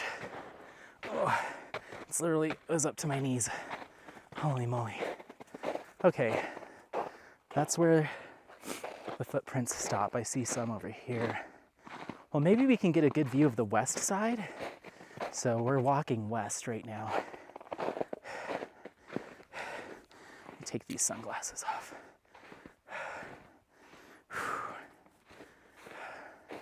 This is definitely not the way to go. It is pretty over here. Let's check it out. I just don't want to fall. I see just Apollo's prints now. Wow. There's something so cool about walking on snow that no one's walked on. You can't really see it, but we're looking west into like the taller Rockies, but these trees are in the way. Let's go this way, buddy. I don't even know if spikes would have been good right now, at least in this part, because the snow's just soft and like gives under you. So spikes wouldn't be helping with that. This is almost like snowshoe territory. Oh, oh. If you can see that in the camera, like when the snow gives under your weight, it's like, oh, I didn't realize that was like a foot deep. This looks like another fire pit right here. This must be some kind of like main campsite. Let's walk this way. Oh my gosh. My legs are gonna be on fire tomorrow. I think this might be the end of the line. There's just no more footprints. But I don't mind hanging out up here because he is romping. It's kind of open, you know. Let's go. Let's go. Go, go, go, go, go. Go, go, go. Let's see if he'll follow the snowball.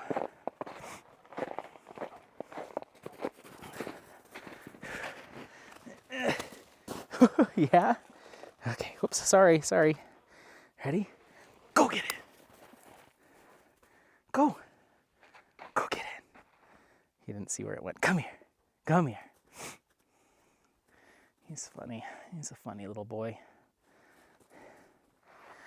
Good boy.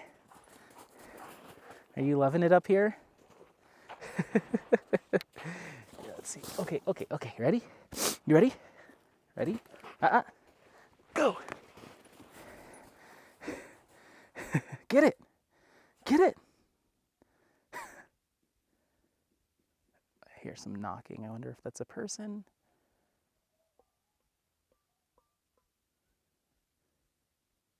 I think I hear chatting. It's hard to tell. I heard a bird earlier and I was like, I can't tell if that's a person. So I was listening to a podcast and I turned it off and then it was a bird and I was like, oh, okay. But now I'm hearing stuff over here.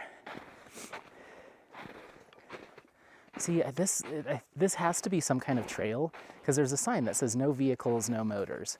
So it's like, okay, well, clearly someone's made it this far in one of those items, or there's the potential, but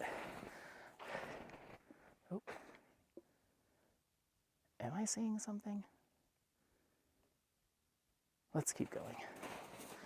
I'm feeling brave today. It's just downhill and but there's no trail. It's just snow. Let's go. And we could also see moose up here, bears, so we just have to be careful. Hi. Do you think there's anything over here? I think we hit the end of the line, buddy. I just don't want to risk it. I don't know what's a trail and what's not, and before you know it, I'm saying my goodbyes to you all. I think I joked about that was it my 1,000 subscriber, I don't know, something thank you video when we were in Colorado Springs. I was walking in an area that we hadn't been to before, and I made this joke of what if this turns into a Blair Witch situation? Someone finds my camera and I'm just like, oh my God, what is it? And I was like, that's maybe not everyone's gonna be loving that. Because I could see people being like, don't joke about getting taken in the woods. And what's funny is I'm such a watcher of or listener of true crime podcasts, and I really like there's one called Missing in Alaska, where this plane went missing and they just talk about the uninhabited forests of Alaska and how easy it would be just to get lost out there, you know. Let's go stop. He's just eating bark.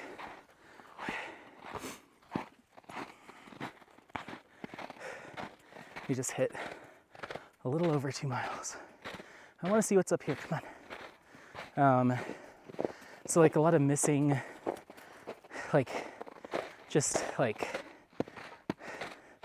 plane went down in the woods or got lost in the woods. I don't know why, but I listen to those and then I'm out here by myself, and maybe I should tell more people where I'm going. Hey, just to let you know, this is the trail I'm on, just in case you don't hear from me. Oh, yes. Yes. Let's look at this view. Gosh darn, that's a nice view. Let's come over here. I'm just following bunny tracks right now. Let's come over here. So, this is Long's Peak, and you might have seen it when we went to Estes Park, but my gosh, holy moly. Let's get out from behind these trees. And you can see where the bushes are. You just see the tops of them, and I'm on the snow on top of them. Oh, literally following these bunny trails.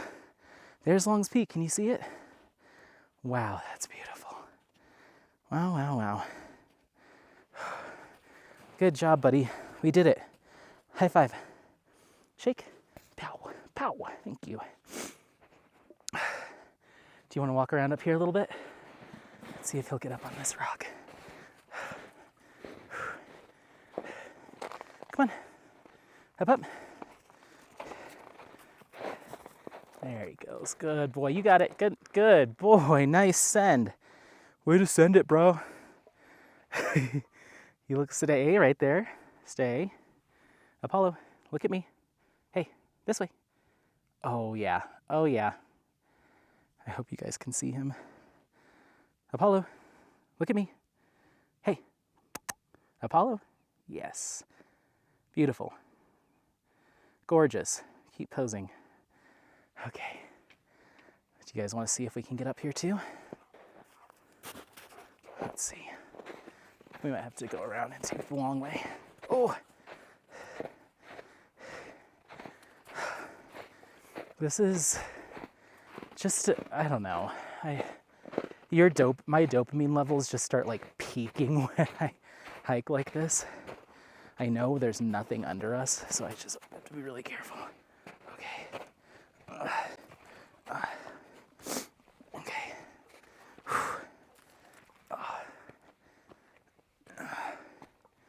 Okay. We did it. Wow. Now this is the spot. Right here. So there's east, and then looking north up the Rockies, then northwest, and then Long's Peak straight to the west. Yeah, we did it. I think this is the pinnacle of our hike. I can see a lake kind of down there in the valley. There's a lake right there. I wonder what that is. Looks frozen over. I can't wait to, I want to also bring you back on, we went on another hike just out, not too far from here, and we found people ice fishing. I wonder if that's the lake, because it would be in that direction from where we are. We stumbled upon a lake where people were ice fishing, but I didn't have this camera, so all I was able to do is take a couple like distance photos. What'd you hear? Nothing? Just more pine cones to eat? Let's go. Okay, I'm gonna sink into the snow right now, so bear with me. Ooh. I just don't know what's under the snow, so it's like, if there's a rock at just the right angle and your foot just, my weight just falls onto it, like I don't wanna hurt myself. So you do have to be a little bit careful. But it's like, okay, if you've got 1.5 feet or 2 feet of snow underneath you and it gives way, like what's gonna be under there, But yeah, it doesn't look like anyone's been up here, so it's kind of cool. But yeah, so we went to the frozen lake, and I took a couple of steps out on it, but I was a little too scared. So if I can manage to do it this winter, I will absolutely take you guys and we can walk out on the lake. I've never been ice fishing before, I don't think. My grandpa used to go a lot, and I'm sure there was a time when he might have taken me, and I could absolutely say that I have some sort of like invented childhood memory of going with him because he used to go and he used to always take me fishing a lot. This dog just tried to pick up the biggest stick. So he might have taken me, but it was not at an age that I can vividly remember. So if you ever hear me say, oh, my grandpa used to go ice fishing and he took me once, that may or may not be true. I don't know. This might also be a good time for a little water and snack break. What do you think, Bubba? You want some water? Come here. I don't think I brought his bowl with me, but we'll do what we normally do and do the pour method. You thirsty? I also have your food in here.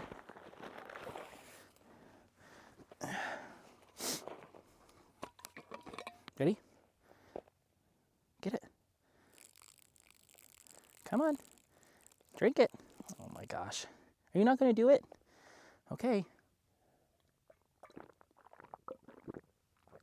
You don't want some? Ooh, I hear a dog. That was officially a dog. He'll be okay until we get down. Do you want some food, however?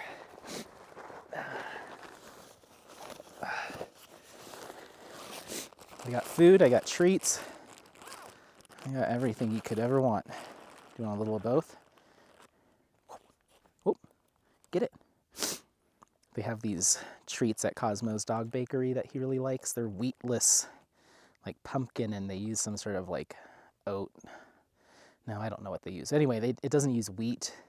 They don't use like corn syrup or sugars or anything. They usually use a lot of honey. You want some food too? Good boy. Yeah. You a hungry baby?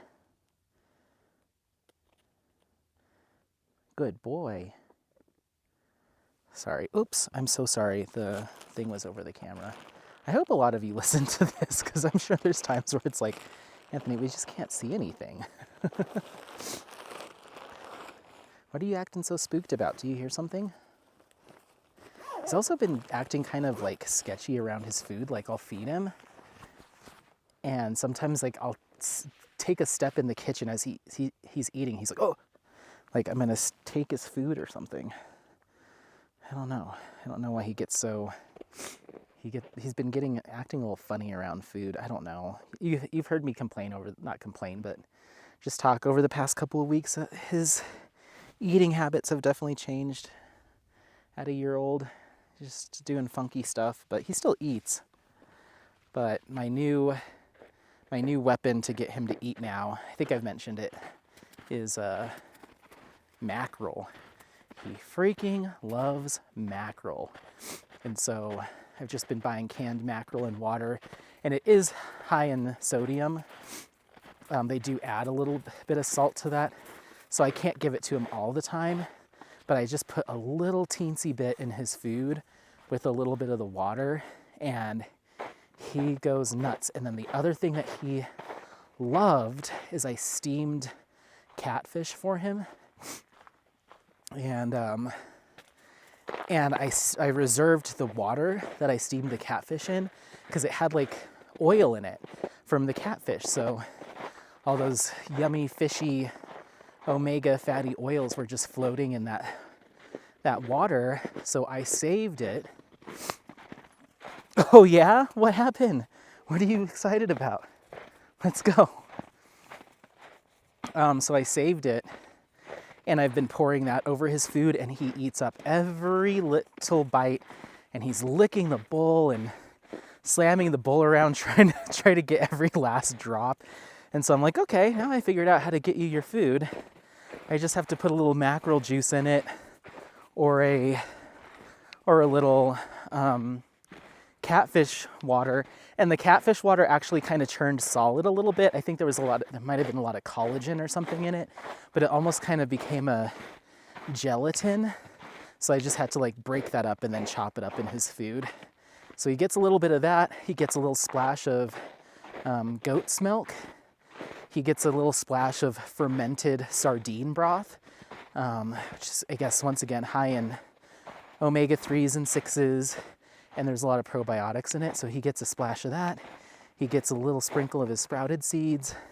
So he gets like a triathlete's like super intense diet. Can you make it over this? I want you to be very careful, please. Go on. Good boy. Oh, thank God. All these little pokey sticks were freaking me out. I didn't want him to get poked. You're so good. I trust you. I trust you. You're a smart dog, huh? So he gets all that, and then with his kibble now. So that seems to be working. We've also been, like, I think I mentioned in the last video, just using play to feed him. So he's eaten about 2.5 cups of his kibble, and then plus like the mackerel or the catfish or this and that. So he's more than getting his calories in, especially on a day like this when he's getting so much exercise. He'll probably go home and chow down and then pass out, which is good because I want to go get dinner. I want to go chow down and then pass out. Oh my goodness. Whew. Apollo, this was a good one, man. Hi. Oh, you're doing so great. Well, I didn't see anybody except for those people coming down the road. I haven't seen anyone this entire hike, so I don't know who those 2 cars belong to, but they must have hiked past us somewhere. I just didn't see where we would go from where we were. Oh, oh my God. Apollo, not every stick. You don't need every one. Let's go. He's trying to rip a stick out of the snow so he can eat it. It's just like, come on, man. Let's go. Sorry if his leash keeps getting in the camera. I keep not noticing it. Okay. So it's mostly downhill. So I have faith that we can do this. It's just a lot of work, no matter what. Let's see. 610 calories. I've got 180 to go. But I probably won't burn that many on the way down, just because I'm not going to be huffing and puffing as much.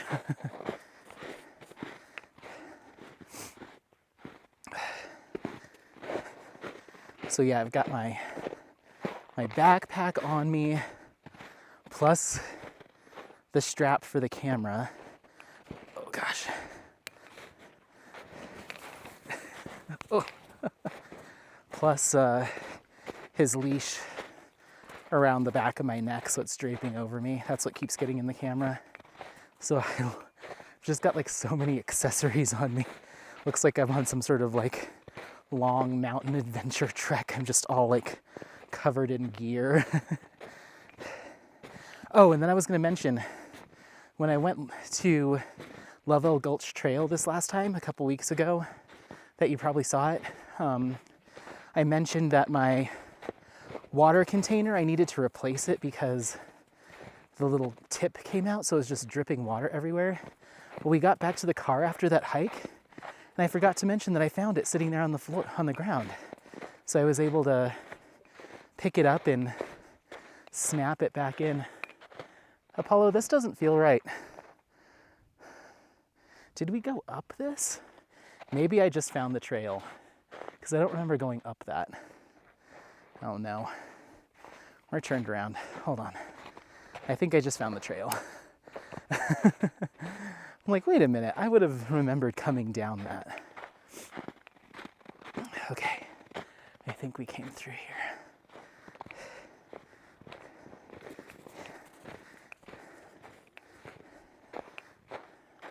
Yeah, because I was like, I feel like we veered a little bit.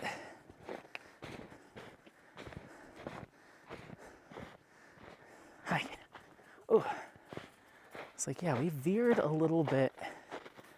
Yes, here we go. This is it. Sorry, so that must be the right way. So we came up here and churned and went this way. And that's how we ended up out there in that kind of random field. But the trail's actually this way. And it goes up more. Hi. But this is the way we came. I was like, I do not remember coming down that hill. And I certainly don't want to go back, or want to go up it. So I was like, that's not right. But we found it. That's good to know for next time. Turn right at the intersection and not left. Whew. I don't remember what we were talking about. Sorry. What were we talking about?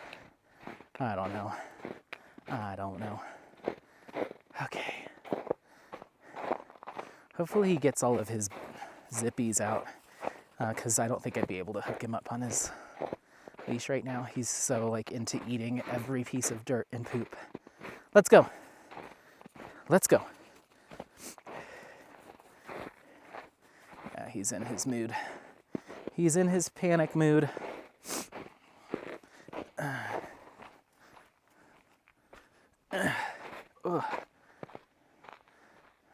You're a beautiful dog, though. You're crazy, but you're pretty.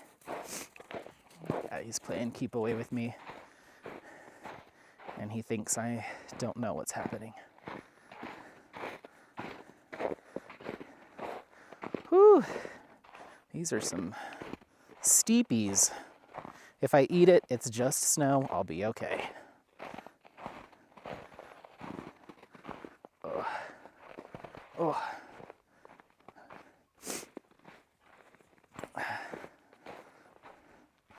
So no wonder we didn't see people. We went the wrong way, which is why the trail probably just dissipated. I mean, there were campsites up there, so I'm sure I mean, it's not like there wasn't a trail, but it definitely wasn't the main trail. But yeah, I think going on those camping and backpacking trips will be a lot of fun with you guys. Those kill me as far as like workouts. So I don't know how much I'll talk on some of those longer pieces. You might just see extended music and then me coming in, or me doing even like a voiceover after we get back. But those are the kind of hikes where it's like, all right, the first day is going to be 8 miles. It's rated as strenuous. There's going to be some scrambling up boulders, wading through creeks and stuff. So those are the types of, oh my gosh, that's too fast. It's okay, I kind of want him to get all of this out. I just need to remember where that dead deer was, because I'm like, please don't get some sort of rabies or something. So yeah, like rated as strenuous, it's 8 miles first day, 6 miles day 2. And those are the kind of hikes where I'm like just dying, like just having a rough time. So I couldn't imagine trying to be like, oh, sorry, or taking some big steps down these rocks. I couldn't imagine being like, and this is my current whip. I'd be like, this is my current whip. I don't know what he's eating over there, but I'm not gonna try to worry about it. Let's go. Come on. He's looking at me like, I shouldn't be doing this. I shouldn't be doing this. That dog. I tell you what, that puppy, he just gets into everything. Come on, let's go. Apollo, come on, let's go.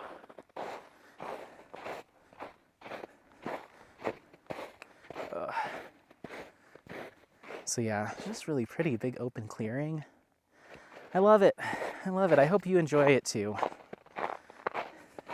This is totally like a vanity project channel at this point, because I'm just like, I'm just gonna do what I want, I don't want to have to feel like, oh, I have to record a this or that, or oh geez, I don't really feel like doing a whip and trap, but I have to. Like, I've totally gotten past that. Now I'm just like, I'm just gonna do what I enjoy, and hopefully people enjoy it with me.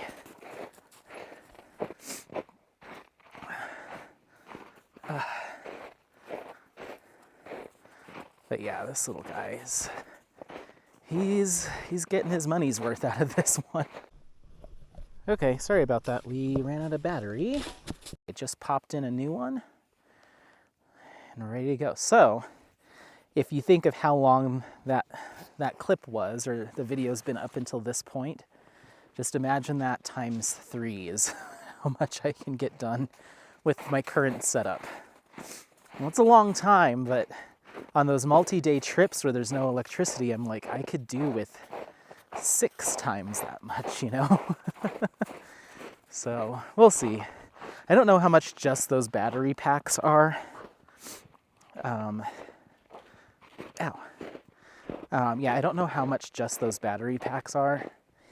And I think that my wireless microphone gets, each of them gets about 14 hours of recording per microphone. So I would technically have, well, the receiver I think only has one charge worth, so 14 hours. So I'd have to bring, that's enough to do a multi-day trip, absolutely, or like a road trip. But if I wanted to use both microphones worth of battery, 28 hours of recording, then I'd have to get a receiver. I mean, at that point, that long of a trip definitely would require at least some kind of gas station or hotel stay as part of it. So I would assume that I would be able to stop somewhere and charge all my batteries and stuff. But at least getting another set of batteries for the camera itself, I think, would be beneficial. Who knows? But anyway, he's going for it. I didn't see anybody on the way up. There's that pine cone that he got last time. This dog, he's insane. I don't care that you have that. I think he does it to be like, I'm being bad. Look at me, I'm misbehaving. It's like, if that's the worst you got, you're not that bad of a dog. So, oh, now he's got a stick. I think that's the one he dropped. Are you just touching all the stuff you got last time? Do you want to come over here and run around? Oh, is that bark good? You little nasty. Come on, let's go. Let's go.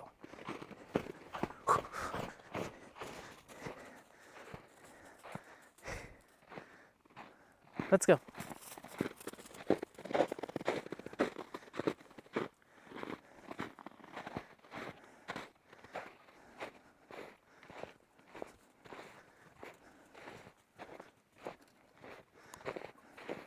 He's not going to let me get close enough to him because he wants to eat that stick, and I kind of don't want him to. Apollo, come here. Come here. This way. Let's go. Let's go. Did you drop it finally, or did you eat it? Please don't have eaten. No, he didn't eat it. Oh, thank God. Okay. Come on, let's go. Oh my God, did he just eat that stick whole? He didn't. He spit it out.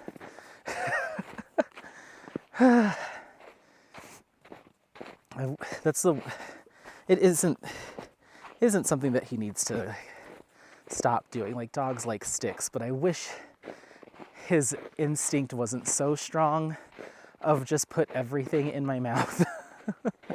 I wish it wasn't that strong, because I do get concerned that he's gonna, like, he just broke off a giant chunk of that tree. It's like, I don't want to have to take you to the hospital, you know, but I can't helicopter or stress about it constantly, otherwise I would just be a giant ball of stress. No. Hey, hold on. Hold on. Oh.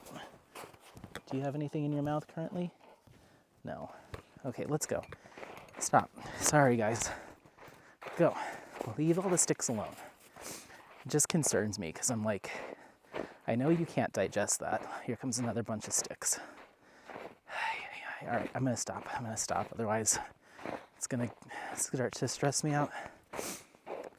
My goodness. Once again, I don't know what we were talking about. Oh, I don't even know if we were talking about buffets and then I completely dropped it. That must have been one of my forgotten topics, is the buffets. Yeah, he just ate. I don't want to let it get to me, but I'm like, that can't be healthy. He just had like a really small stick and he's literally just breaking it up and eating the whole thing. Jeez. Well, who knows? Maybe the next clip will be at the vet hospital. Apollo, come on, man. Stop. Hold on, I might leash him up because sorry, I said I wouldn't let it get to me and it's getting to me. Hold on, let me regroup here. Hold on. Okay, well, I didn't get to him in time to get him to stop. He broke it up into little tiny pieces, so I'm just like, I just have to monitor his poops. But I want to leash him up just because I'm being protective, but also I just hope that he isn't making himself sick. But I don't know, whatever. Sorry guys, I don't mean to be a stressed out, anxious dog dad, but I don't like when he eats too many unapproved items. But and what's funny is he doesn't get like this until he's in his rambunctious, like, he's doing it because he knows he's misbehaving. Like, he'll let me get close to him when he's picked up something like that, and then he, like, grabs it and runs with it, like, haha, like, you can't stop me. And because he wasn't doing it as much on the way up. But now he's in this mode of, like, I don't know why he does it. But, and I don't think he'll ever grow out of it, unfortunately. It's been a year, and like any little thing, any little bark or poop or anything, he just seeks it out. And like, so yeah. And like I said, when he thinks that I'm trying to like get close to him to get him to spit it out, he like grabs it and runs, you know? So anyway, that's okay. But anyway, I was talking about buffets. And then I got sidetracked because we talked about the casino buffet and blah, blah, blah. But we'll go up to the casino buffet just to eat. And like I said, I like to grab just like a bunch of little things to equate to like a normal size plate. So like one tiny little piece of this, one bite of that, of like everything. And I tend to not load up on any one thing. I'm there to just try to sample, essentially. So anyway, all of that's to say is there's a Chinese buffet in Arvada, which is like the city north of me, slightly northeast of me. Apollo, come here, come on, hop up, go, go, go, go, go, go, go, go. Come here. Oh, come here. Oh, yeah. Are you rambunctious right now, huh? Are you rambunctious right now? Yeah, let's go. Okay, let's go. Come on. Yes, yes, I see you. Go. Get out of here. Go on. Let's go. So it's called like King Buffet or Buffet King or something, and I've passed by it forever. Yeah, it's been there a long time. So ever since maybe I was like in high school or college when I started driving up to Denver more often, I would see it. I just never paid any mind to it because it's a little tucked away in this like shopping plaza, but it's really close to Kokoro, that Japanese restaurant that I go to that has like the healthy Japanese stuff. And it's right across the street. So I've been noticing it a lot more, and it's always busy. And I'm like, maybe it's time to finally explore that. So I was telling my buddies about it, and I'm like, let's all go. So I think I'm gonna posit the idea tonight that we go. But the other reason that it's been front of mind is because now I live closer to it, so we get the mailers, we get advertisements in the little like, weekly grocery coupon little ad thing that they send in the mail. And the past couple times they've had a whole piece of paper in there, a whole flyer that's like, we have 210 different Asian cuisine items, from sushi to this, to that, to this and that. And it actually looks pretty good, and it's not super pricey. You're talking like sub $30 a head. So it's not bad. And I'm like, I would go just to do soups and like appetizers. Like I would absolutely go just to do like a little wonton, a little egg drop, a little hot and sour. Like I love those three. And then like some crab rangoons and an egg roll and maybe like a beef skewer or something. Like I would just go and do like a poo-poo platter. So here we go. Boy, you better make sure you've got your brakes on. So yeah, I might convince my buddies that that's what needs to happen. So I better burn some extra calories is all I'm saying. And if that doesn't happen, then like I said, I've got HelloFresh coming out the ears. So, but if I do one of them on Sunday tomorrow, then I'll just be one behind, I guess. I don't know. I'll figure it out. I'll use them. I've been inviting my downstairs roommate / friend, Scott, up to have dinner, and then we've been watching just watching an episode of TV or something. Just so I have, it like forces me to use them. Like I'll be at work and I'll be like, Scott, I think I'm going to make dinner tonight. Do you want to come up for dinner? He's like, oh yeah, sure. And then I'm like, yes, now I don't have, now I can't get out of it, get out of making my HelloFresh. Not that I don't like it, it's just that I think I have too many. I think 4 a week is too much for me. I think 3 is going to be the magic number.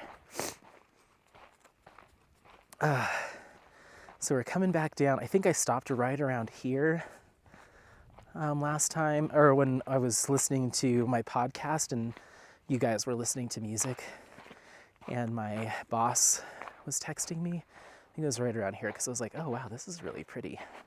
So you can see how much elevation we've dropped. This is also facing east, but now you can see that we can't see the foothills, like we can't see down into where it flattens out. It's just the mountains. So that just kind of proves how much elevation gain we had. We've definitely been hiking uphill all the way to that top up there. So it's probably why I was burning so many calories. I wonder how many feet of elevation gain we had today.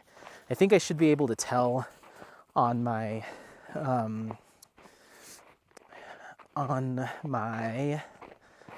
Apple Health app. Usually shows elevation gained. So I should be able to tell you once we get back in the car. Oh, I guess I have, no, because it's still an ongoing activity on my watch, so it probably hasn't uploaded to my phone yet. We just got the notification that we hit 3 miles. We have burned 721 calories, so only 79 more to go, and I will be at my daily goal. Here I come, wonton soup. Here I come. Here I come, sesame chicken.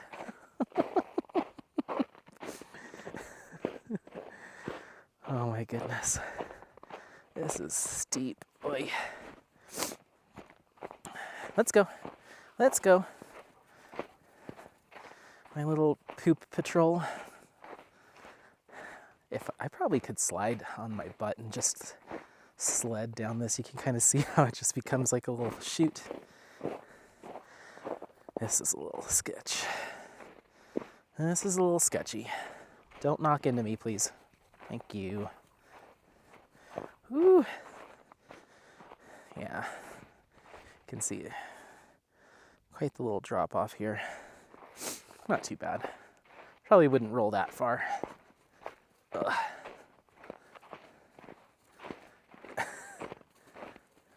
This dog, he's a trip.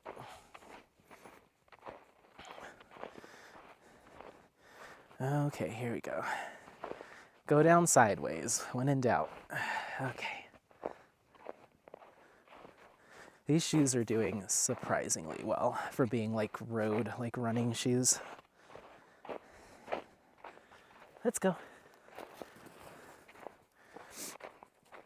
He could probably do this entire thing all over again and not have one qualm. And I'm just like, help me. If we hadn't have taken that wrong turn, then we probably could have gone up that next hill and kept going, but that's okay. Just time-wise, like I said, it's supposed to start snowing this late afternoon, evening up here, and I don't want to get caught in the snow. I don't necessarily want to drive in the dark either. So as far as time goes, it's coming up on 4 o'clock, so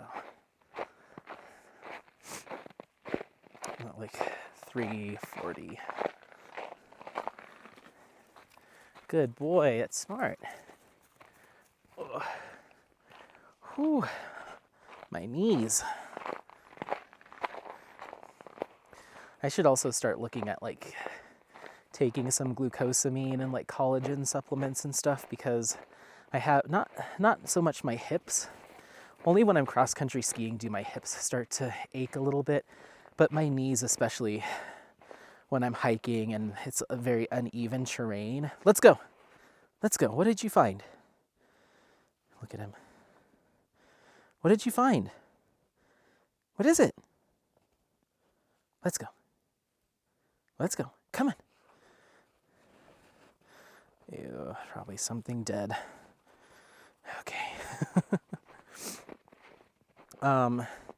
But yeah, my left knee especially, if I have to turn my leg a certain way and put extra weight on it to get down like a rock or something, or anything like that, I can just feel it kind of give me a little jolt, a little, like not like stabbing pain or anything. It's not like, debilitating by any means, but just like a little, like what? And it doesn't stick around, it goes away, but I can tell that if I step at certain angles or at odd angles and put weight on it, it doesn't like it as much as, not that it ever liked it, but I can feel it more than I used to when I was younger. And it's very much so on the downhill because that's when you're putting all your weight. But these shoes have so much cushion that it's actually really helping. I don't feel nearly as in pain, especially my shins. Usually by now my shins would be burning a little bit or hurting, and I'm not getting any of that. So I might go back to the run store that I just bought these, and because I talked to him, I was like, hey, I might need your help picking out a new trail shoe. My trail shoes are almost 3 seasons old by now, and they're like completely bare on the bottom. Like the tread is almost completely gone from like the balls of them where I step.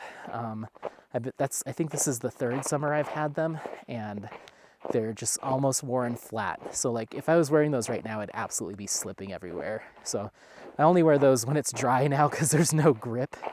They almost look like football cleats with the studs on the bottom. So that's what you're hiking on, is those rubbery studs. And they're very good while they're there. Like when they're new or, only like been used for a couple months or what have you, they grip like nobody's business. Like it almost felt like my foot would wrap around like rocks and stuff.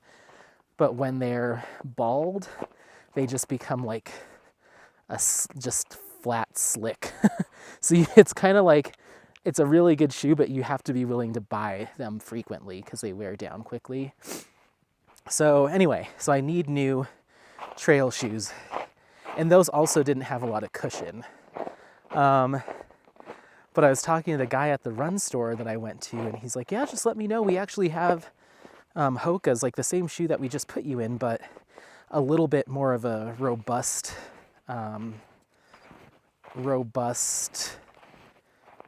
rubber, like the tread on them's thicker, because these kind of have a thin rubber tread, and then it's just foam, like cushion. So I definitely wouldn't want to wear these when this is dry and rocky, because the rocks would just tear up the tread. So that's why I decided to wear them in the snow. It would be okay because I know the snow isn't wearing off all the tread. Look at this dog. He thinks he's so cool. Look at me eating this stick. So yeah, I don't know, guys. Because these are just so comfy. I don't want to be in anything else right now. All my other shoes are so worn down. I'm like, maybe I should call him and be like, hey, that trail? Okay, enough. He's like just going to town on that stick. Apollo. No.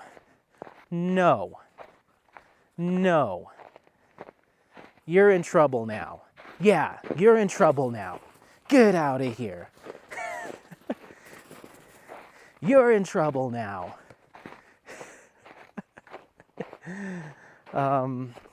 Just got an alert that we hit our 800 calorie mark, so hooray. Yeah, get over here. Yeah. He dropped it, but then he got it. He recovered.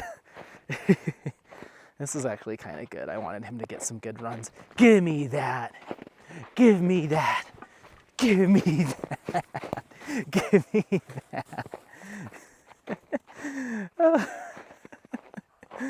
Is this what you wanted? Is this all you want, is me to chase you all day? Give me that stick. Give me that stick.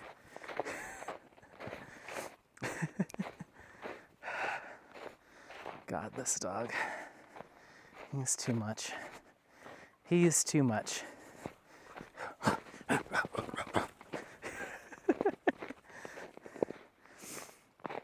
But yeah, I would love to have this exact shoe, but with like a nice heavy duty sole. So I could take them on the trail and then last a little bit longer. Because if I was just hiking these would be gone in like a summer. Because it's just not enough.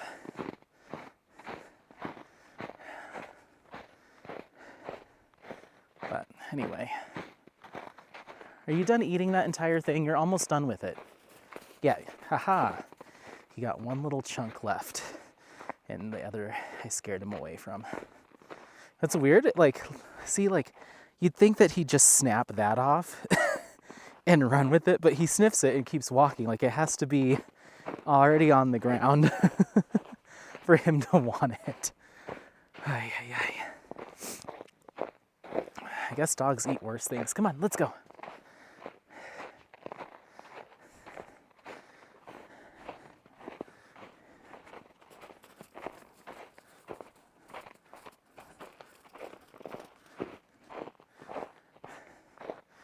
Well, I don't know exactly how far we are from the trailhead, but I feel like we're getting close. We've been making good progress downhill.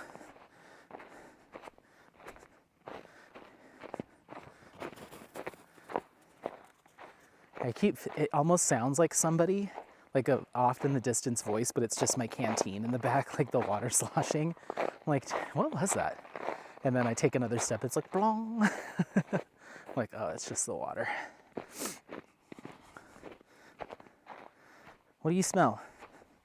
Maybe if you didn't have such good sense of smell, you wouldn't be finding so much stuff. Whew.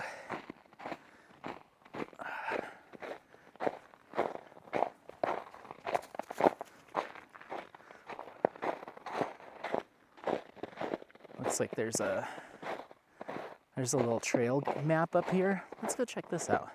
Kind of a pretty big clearing.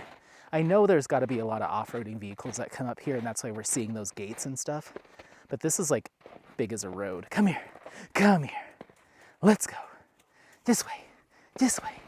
Oh, hi, baby. Hi, baby. Oh. I just want to see what this sign says.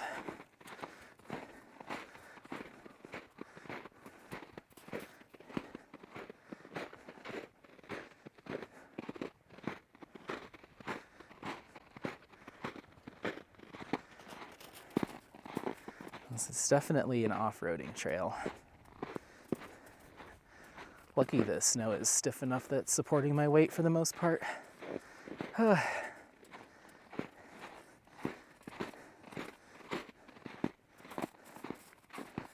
I see a lot of footprints and stuff up here. It's so pretty up here.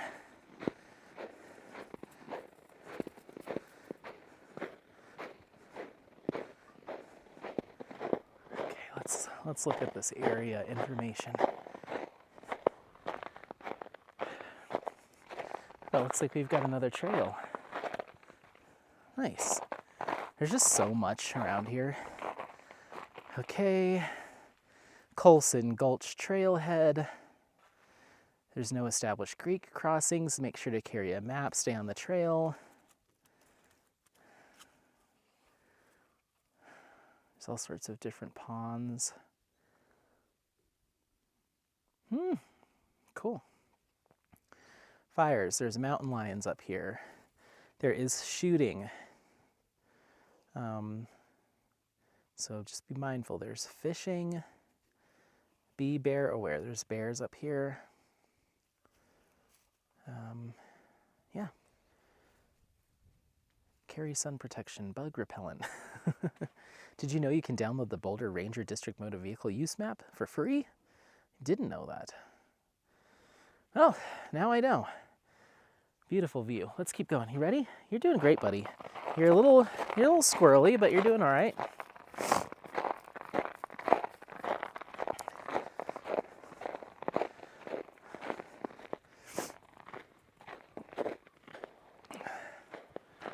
the sun is like just getting through the clouds enough that I'm getting a little something, but it's not much. Not much at all. I guess. Oh, we're literally back down to the trailhead. I was like, oh, the Prius is right here. I think, can we go this way? So this was actually the start of the trail. So you can either go up that four-wheel drive road that way or come the way we did. But yeah, I was like, I went to go look down, like, we can't be that much farther. It's literally right here, so cool. Well, we did it, guys. I'll probably keep you with me as we get to the car, and then I'll maybe do like a short little clip in the car, do my goodbyes and stuff, but this will give us another half a mile getting back down to the car, so how cool. So yeah, other than those, that couple on the road, ooh, this could be hold on guys, stay with me. Okay. Other than those two on the road on the way up, it's just us. I love that. I don't mind there being other people on the trail, but it's nice to feel that sense of like solitude and just lets you think. So yeah, and now I get to think out loud and make you guys listen. Oh my goodness. So yeah, that's it. Coulson Gulch Trail.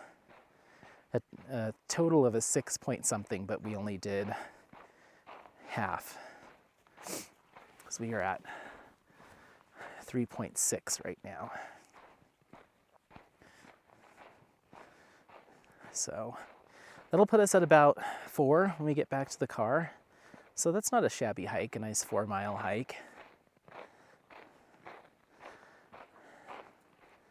Get us all good and tired and hungry. All right, Bubba? And then that'll put us back to the house at probably around like 5, maybe 5:15, 5:30. Ooh, it is slick right here. Holy moly. And then we'll go get some food. If I go to that place, if I can convince my friends to go, we'll go. I don't know how I feel about going to a buffet by myself. If we go at all, if I can remember to take some pictures, I will. If they aren't into it, then I'll probably just make a HelloFresh meal and stay at home. Maybe we can try for another day. But some egg drop soup sounds mighty good right about now. Look at him. Just like can't help but, ooh, sorry, slipped off a little rock right there. I'm okay. But grab a stick to gnaw on. This is actually almost worse than the trail because it's been packed down by cars. So I don't have as much grip because it's all packed snow. But I'm doing my best, everyone. I'm doing my best. Easy, slow steps. Oh, I guess I said I ordered from Mary today. Ooh, excuse me. She released, I want to say it was 8 different scents. I don't know. Mary, if you're watching this, you let me know. This was filmed on the 4th of March. So whatever your release was for this week. So there was a lot of St. Patrick's Day themed stuff. So there was like an Irish cream and then like a fresh Irish, it almost sounded like it might be like an Irish spring dupe. And then there was like a couple others. Oh, Shamrock Shake was another one. But I was there for one thing and I got them all. I'm not crazy, I got them all. But I was there for 1 cent and 1 cent only, and that is arugula. And I'm so glad that she finally launched it. I have been asking her about making an arugula scented putty since she started. Maybe even before she launched her shop. She shared with me a list of scents. I think she sent me the link to her fragrance. Hey, Apollo, come on, let's go. I forgot that's where that deer was. come here. Apollo, hey, let's go. Come on, come on. You don't need that. That's a dead deer. I could see he wasn't close to it. He was just looking at it curiously. Let's go. Sorry, didn't mean to yell. I just don't want him eating or trying to eat dead deer meat.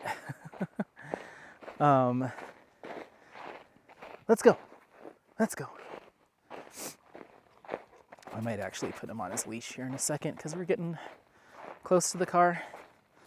I don't think he knows it quite yet. Okay, so arugula, yes. So when Mary was like first prepping the launch, and she was like talking about the scents that she wanted to make, I was like, and she was like, oh, like there's like fragrance oils and fragrances from a number of different shops that you can buy to like make candles and make, potpourri and this and that. And so she sent me a link to a couple of the suppliers that she utilizes. And I was like, well, let me just scroll through here and see what they have. And they had arugula.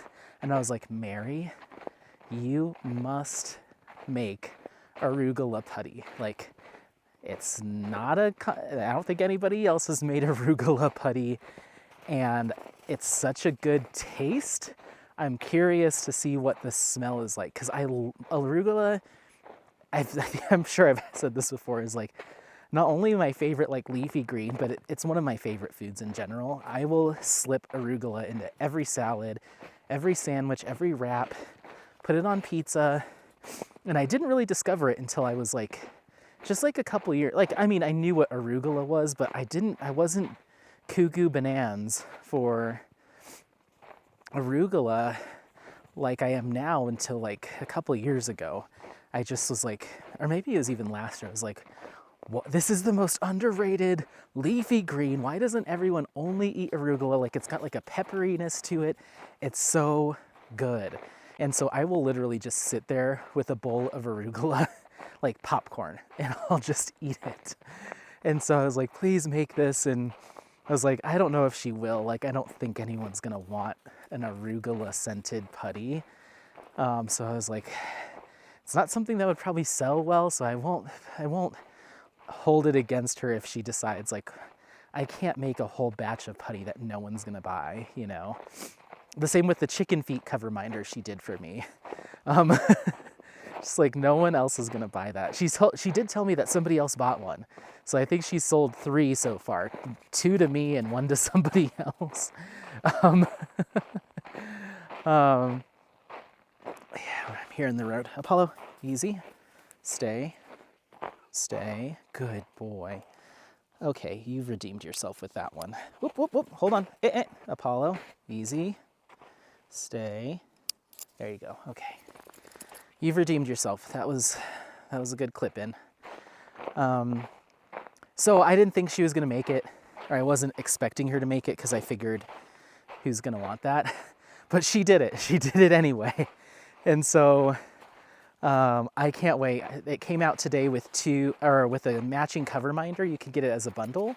And the cover minder is a little bok choy cover minder, which she couldn't find a piece of arugula for a cover minder, like a magnet or a plastic or whatever, which of course you wouldn't. Like, that's such a weird thing to want.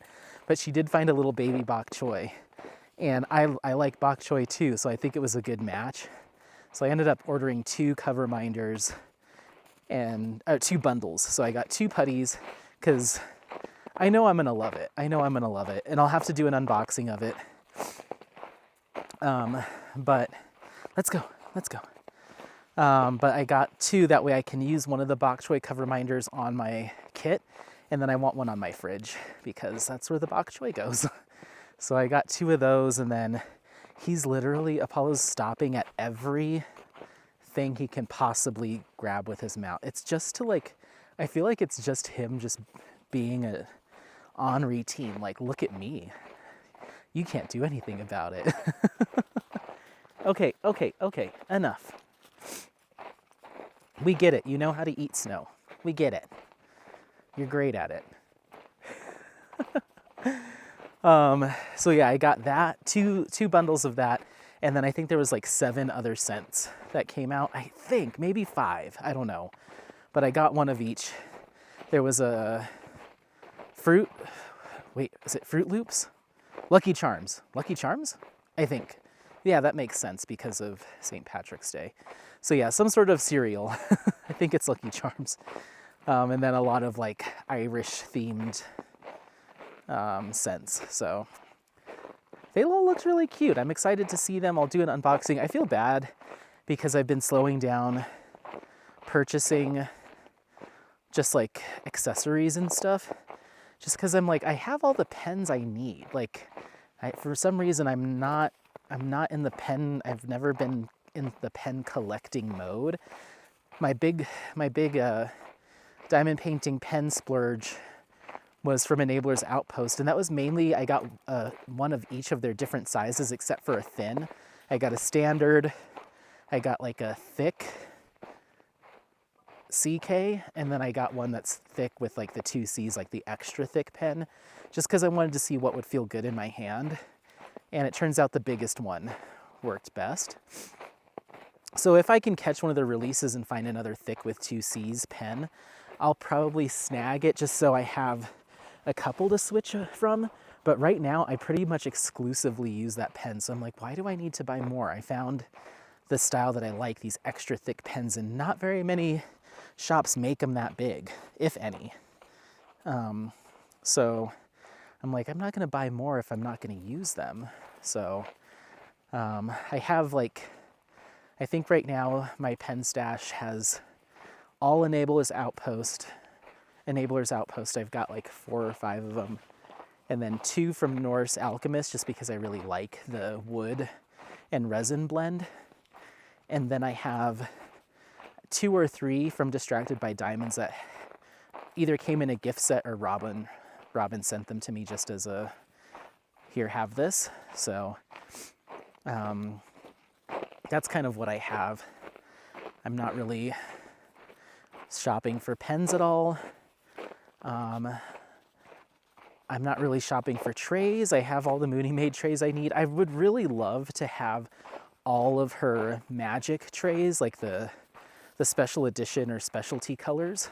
And it looks like she did reopen custom orders on her site, and it's first come, first serve, and she'll just get to you. She basically started a wait list, but I went on there and it was like, there's 219 people in front of you. And I was like, okay, well, like that is amazing that so many people like hopped on to support her, but I'm like, okay, I don't know if I want to be, number 220. By then I might be like not even diamond painting anymore. Who knows? So I'm like, I think I have 7 Mooney Made trays. Some of them, I like them all equally. There's only one that I don't gravitate towards very much, and it's her like teal glitter tray, because I think she even mentioned it herself that the glitter was a little too chunky in that filament, so it actually causes some of the drills to catch at the very end before they like go to the narrow part. They kind of get caught. So once you're done tapping your drills into your funnel, you have to like pop 8 of them off of the tip there because it's just a little too wide. So that's the only one that I tend to not use as often, just because it's a little bit more of a pain to use it than the other Mooney Made trays I have. And then I don't really use her small trays. I mainly use them to collect trash drills, but I don't really use her small trays, even when I'm doing small amounts of confetti. It's just, I use the big tray so much that it's like extra work to, come on. You have to switch I just don't even think about switching to a smaller tray. If I've got one in front of me, I'm going to use that for the entire diamond painting session, So I like them, they're cute, but I wish I had one of each of her specialty magic trays in large. I had one in every one of those colors because I love the color change of it all. I I just don't use the smaller trays. They just kind of sit there and look pretty. And the same with my trash drill can. I don't really, maybe I will start, because I have been noticing with Head of Medusa that I'm starting to get more trash drills. It's basically 2 drills fused together. I'm starting to see more of those now that I'm getting towards like the last quarter or last third of that kit, that now the trash drills that I kept just flicking back into the tray, now they're starting to accumulate. So I need to start putting them in an actual trash can. But other than that, I don't really use that trash can that much. So it's like, I just want the large trays. But anyway, we're right back at the car. That's my little baby. Oh, and my other baby's pooping again. Apollo. We'll just have to bag it and put it in the trunk. Okay, well, that's a perfect time for me to pause you all so I can pick up Apollo's poop and put it in the trunk until we get back down and I find a trash can. And then we'll do our final goodbye in the car. But that was Coulson Gulch Trailhead. Apollo, why you gotta be like that? We did 4.06 miles. We burnt 881 calories, and it was 2 hours. So I'm gonna finish this activity on my watch, and I'm gonna cut to us saying our goodbyes in the car. 1 second. Oh, okay. My hair's a mess. But that's okay. I was wearing the hat the whole time. Oh, we made it in the car. We got Apollo's waste in the trunk. I'll just take it home. It's okay. It's not like it's gonna stink up the car in an hour or anything, and it's bagged up. And then we got some water, each of us, which I might need some more. Gave him another handful of food. Most of it he left on the ground and just jumped back in the car. Oh, someone was giving me the peace sign. I did wave to people as I was parking and getting back when I got here and then when we were leaving, because I just kind of parked off the side of the road. It didn't say anything about that being a parking spot, but there was another car there. But it seems like we were fine. So now we're just coming down this windy, twisty road that does have some ice patches and snow, like where it's in the shade. So I'll probably just do a goodbye. I wanted to say, I got a notification that something got delivered. I wasn't expecting anything today. I got that medal, which I wasn't expecting, from USPS, and something else. I got notified an hour ago that something got delivered, but I'm out of service again, so I can't see what it is. Like, I get intermittent service up here, so it just kind of like pings randomly, and it was like, oh, something, shop notification, something got delivered. I'm like, I wasn't expecting anything, unless they were behind on telling me that my HelloFresh was being delivered. Which led me to thinking like, oh, I should talk about the stuff that I have coming and if it's gotten here or not. Nothing I've ordered over like the past month is here yet, which I'm fine with. I don't need these things to arrive. Actually, that's not true. There's one thing that I did get that I can't tell you about just yet, but like all my orders from Jade Gem Shop, I haven't seen those get shipped. I'm not sure. Jade was mentioning on, I don't know which live it was, and I don't think I was watching the live in real time. I was watching a replay, and she said that her supplier was messaging her like during the live, and they were prepping to ship. So I don't know if any of my stuff's in there, but I have like, I think I said 5 kits coming from her now. And then I placed an order with DIY Moon Shop a couple of weeks ago or 3 weeks ago, and I haven't seen any update on that being fulfilled or being shipped.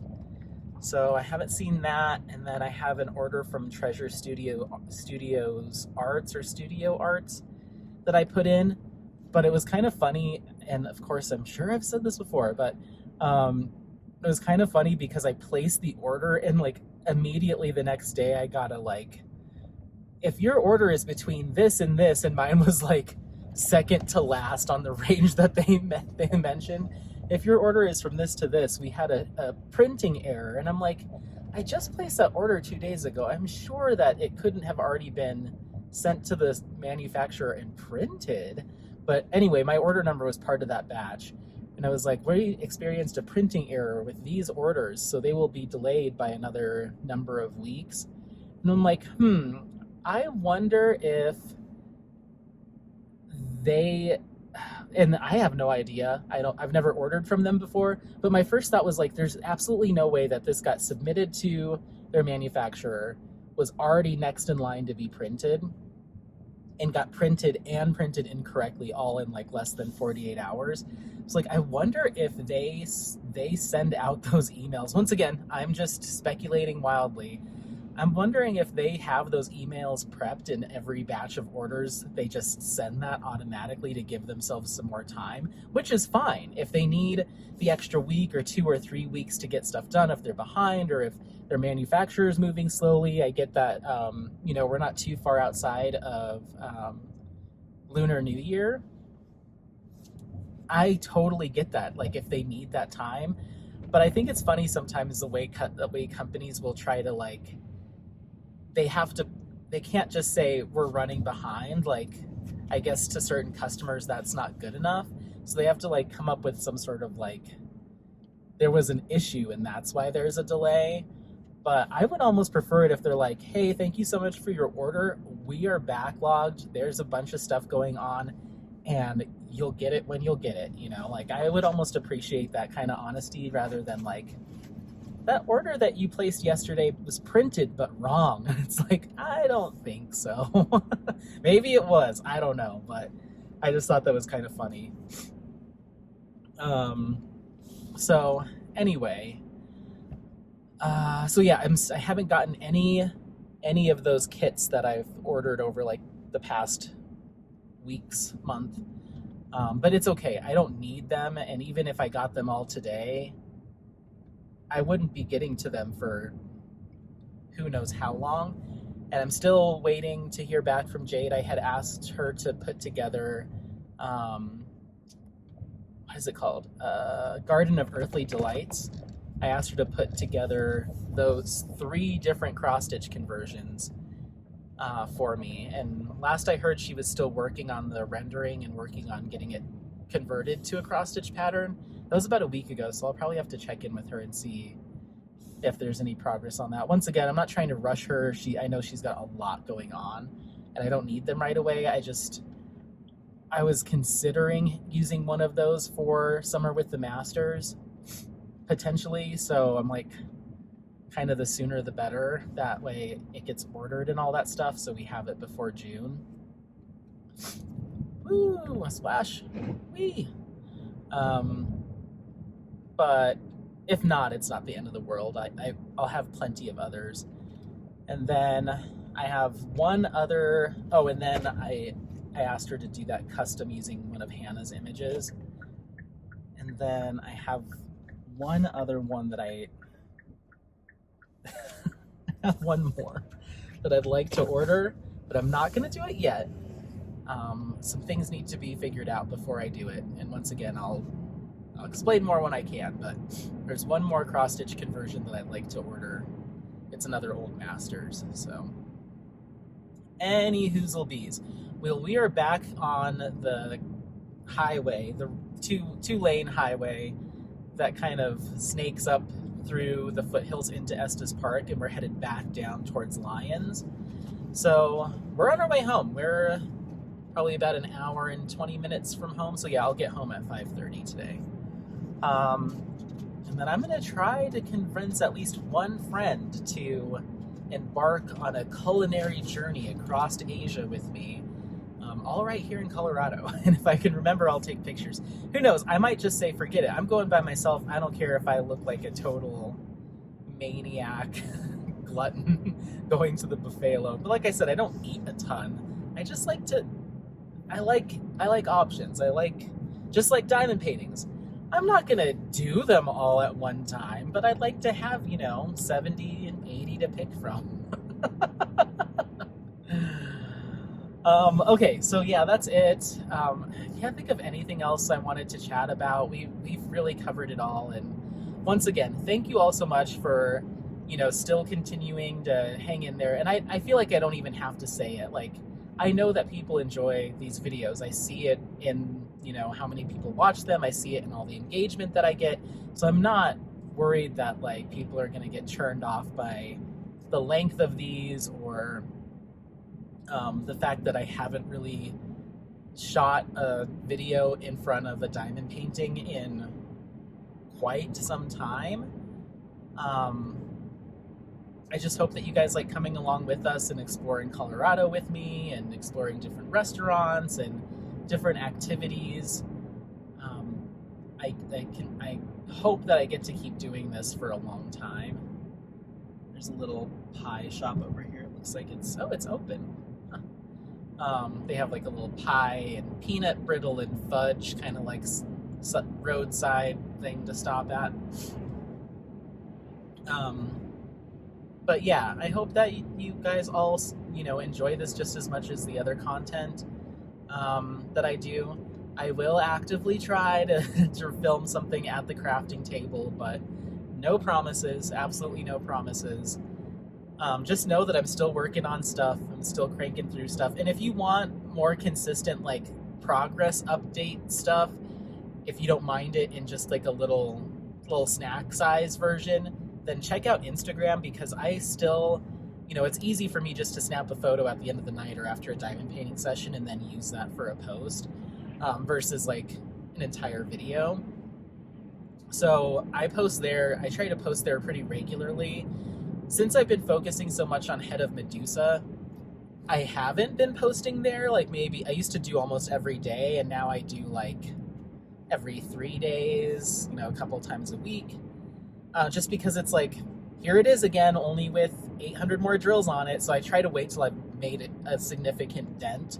That way you can see that progression. But it's harder with a cross-stitch conversion because it just takes longer to get that big chunk done. So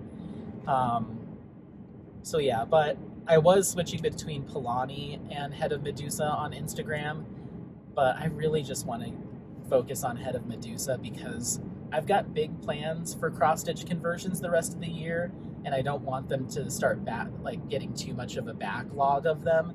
So I'm like, focus on this one, then you can start doing a traditional kit like Polani or something, and then work in another cross-stitch conversion, do them both until you want to focus solely on the cross-stitch conversion, and that's kind of how I'll do it.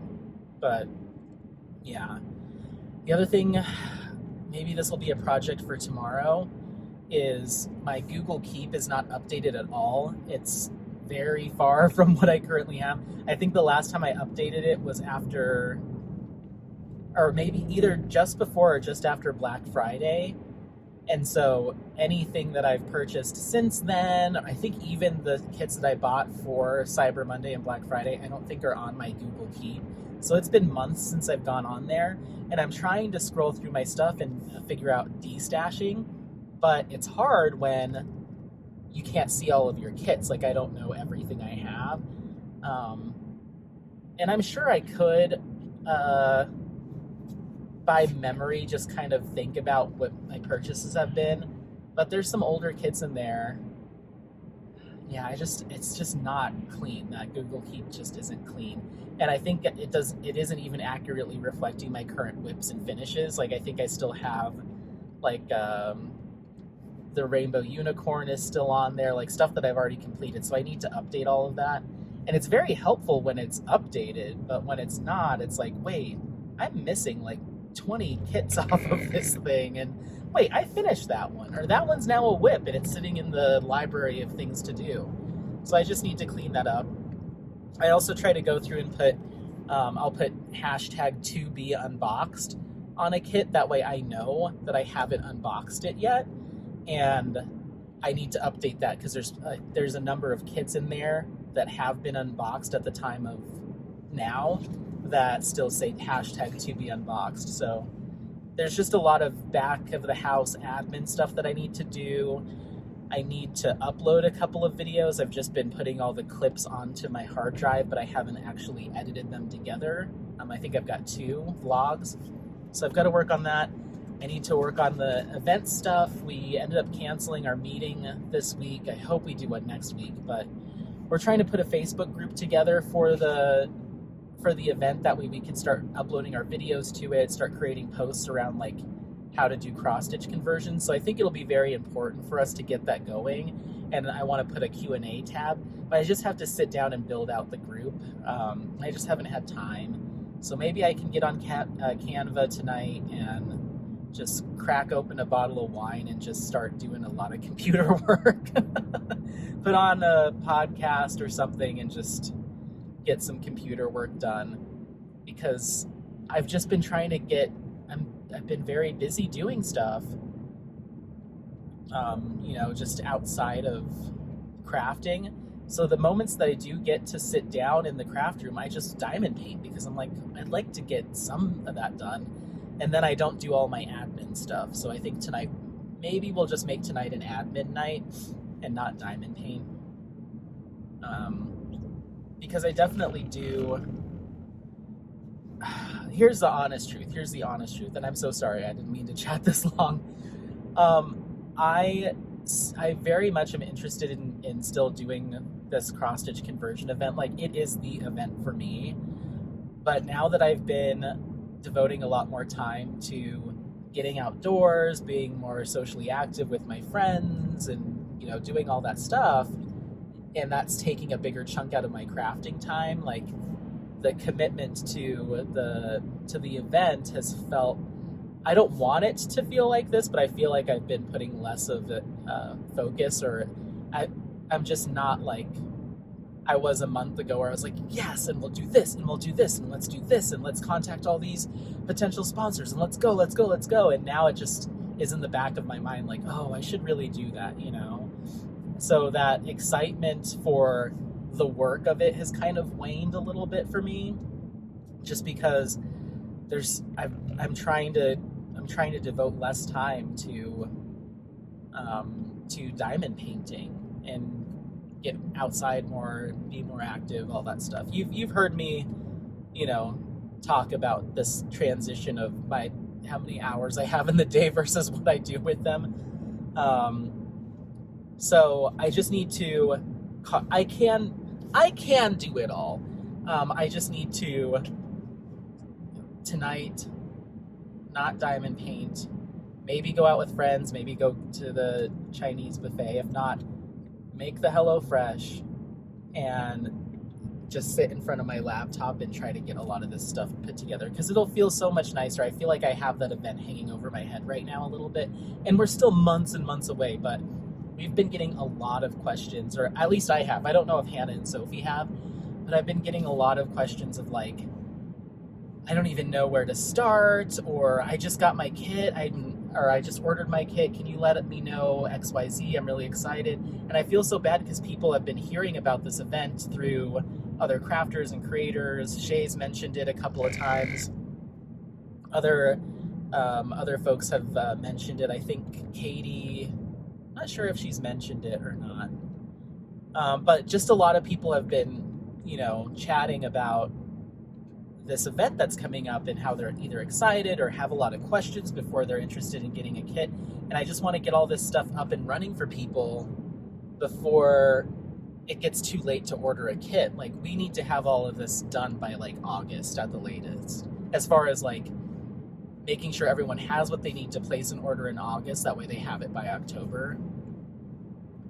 So it would be nice to have that Facebook group up so we can just start dumping info on there and letting it live there, because there's no real place for anyone to go right now. So it just needs to happen. I'll do it tonight. I told Sophie and Hannah, I'm like, I want to incorporate a portion of all of our like styles into the like look, like the branding of this event. But it's like, we all have very different looks of our channel, like our banners and stuff. We all have different tastes. So I was thinking maybe I'll create a banner that's like a third of each of our backgrounds, or I don't know. I'm going to get creative with it.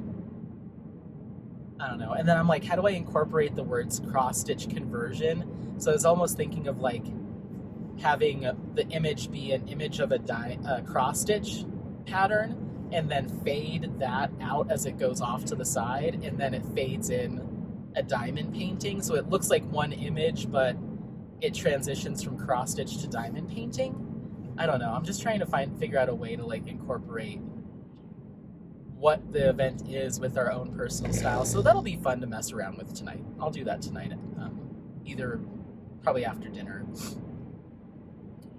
So yeah, there's just like stuff like that, and I'd like us to all get together once we hammer down the event rules, because we were supposed to discuss that.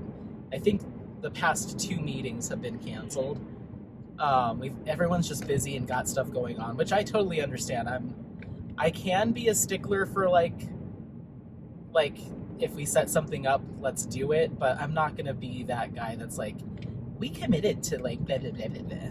So I'm just like, it's fine, we'll roll with the punches. We have months to go. I just don't want people to get discouraged. Be like, well, I haven't heard anything about it, or Anthony never gave me any details. I just ask for your patience and your grace there. Don't worry, you have March, April, May, June, July, August. You probably have another 6 months before it's too late to place an order. So you'll get everything you need within the next 6 months, I promise you. So just hang tight, bear with us. And most people don't announce their events until like weeks beforehand, or maybe a month beforehand, and go over all the details. Some people wait till like a week or a few days before. I just feel obligated to give people more lead time, because cross-stitch conversions are traditionally a lot harder to get your hands on. But there are some folks that are changing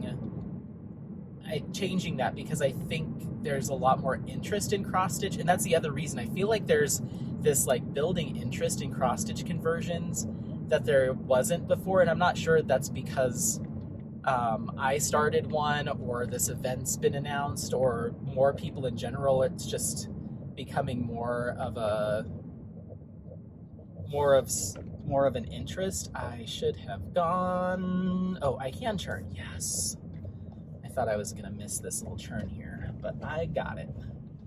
I don't know what it is, but I feel like since we announced this event, and since I started head of Medusa, I feel like, and I'm not trying to say I'm like some kind of tastemaker. There's so many crafters that do cross-stitch conversions, you know, left, right, and center, and some that have been doing them for a long time. But I just feel like the chatter around cross-stitch conversions has been a lot higher recently, more so than I have ever seen since I started diamond painting. Jade just started releasing mini cross-stitch conversions, which are these like $40 30 by 30 kits, and they come with everything you need. She's even doing the patterns herself. So I just feel like they're just becoming more of a thing. So yeah, get on it. If you haven't looked into it, if you've been like, it's not for me for these 30 different reasons. If price and size has always been an issue for you, check out Jade's mini kits. They're 30 by 30 little cutesy kits, $40, drills, canvas, everything you need. And so that's not that much more expensive than some 30 by 30s elsewhere. You know, I've seen, is this where I need to turn? No. You know, I've seen smaller kits go for $30, you know, just a normal kit. So she's making it affordable for people, and I was so thankful to see her come out with those. Maybe I need to place an order for a couple of those.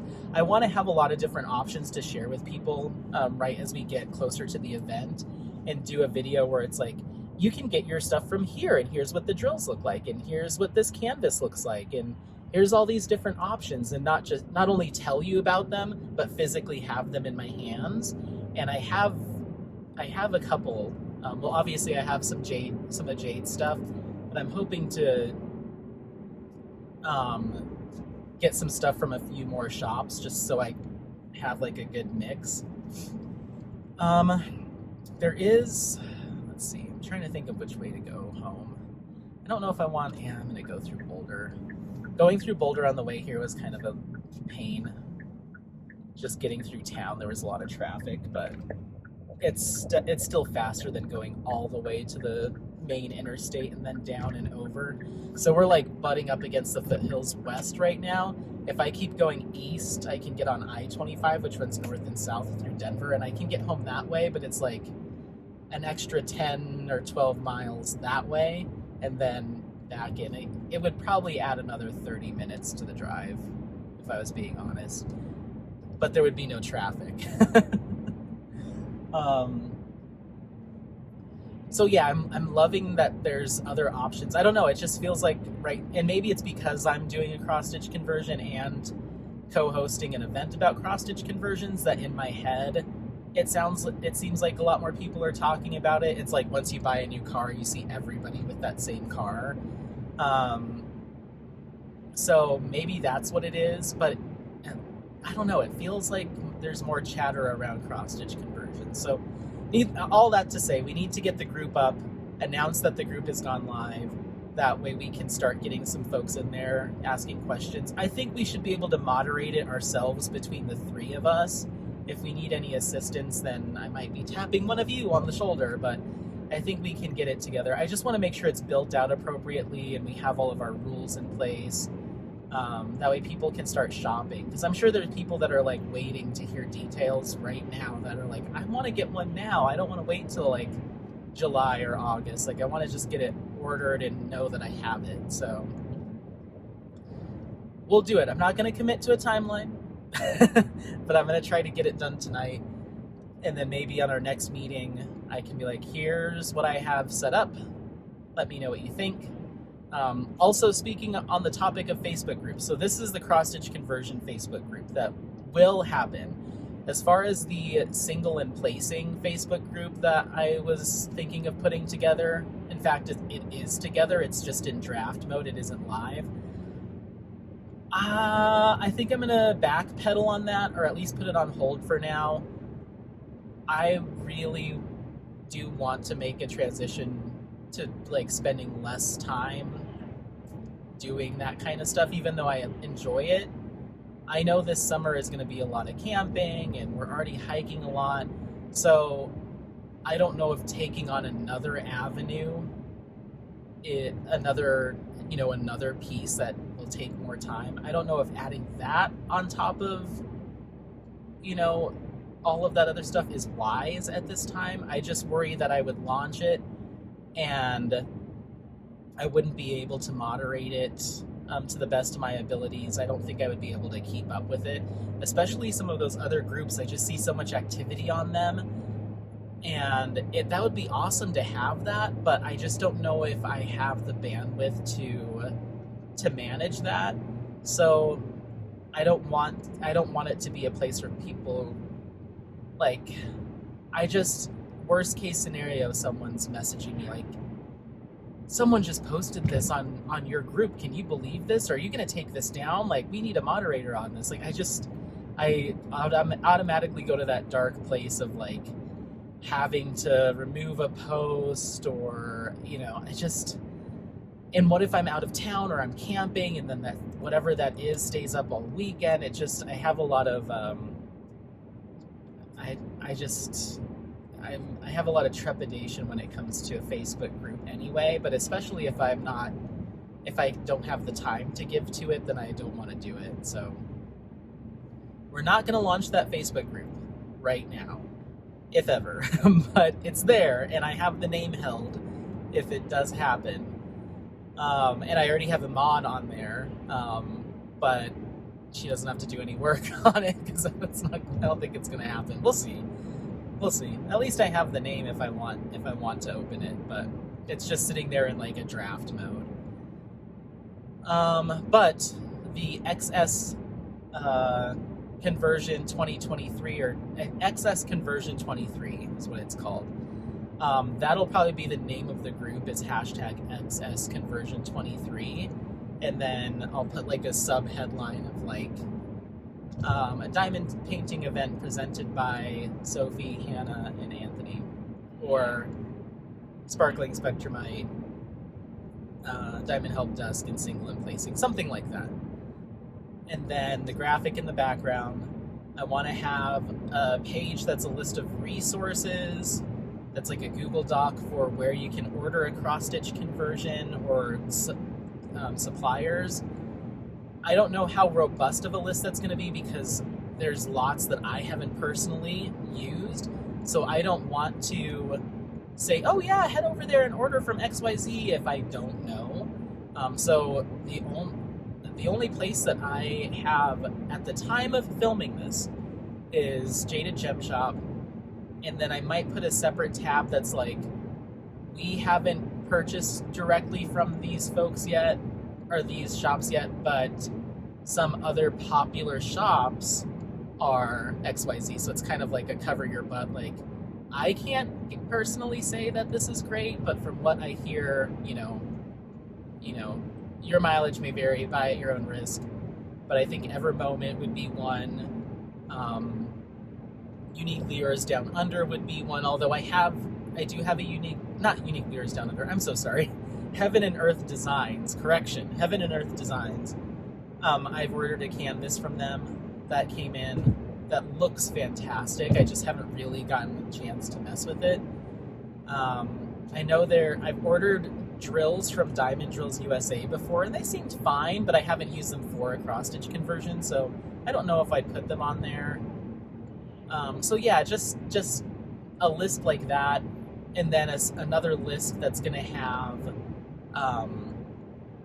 where you can purchase patterns, because that is the one rule, well, not the one rule, but one of the rules with this event, where we're only accepting patterns that have been purchased, that have been legally licensed. So it has to be a cross-stitch pattern that has been legally licensed from whichever shop. So we'll put a list of sites that we've seen that have licensed patterns on there, and then I might put a call out to message me on Facebook if you know of others, and we can add them to the list. I just want to go on and verify that that's the case on whatever site. There's tons and tons and tons. This list could be miles and miles long. So I kind of want to curate that myself. So even if you do find one and send it to me, don't freak out if it doesn't get put on the list, because I also don't want the list to be like, here's the top 634 places you can get a pattern. Like, maybe we should keep it to like 50 shops, or I don't know. It could get out of hand because cross-stitch patterns are everywhere.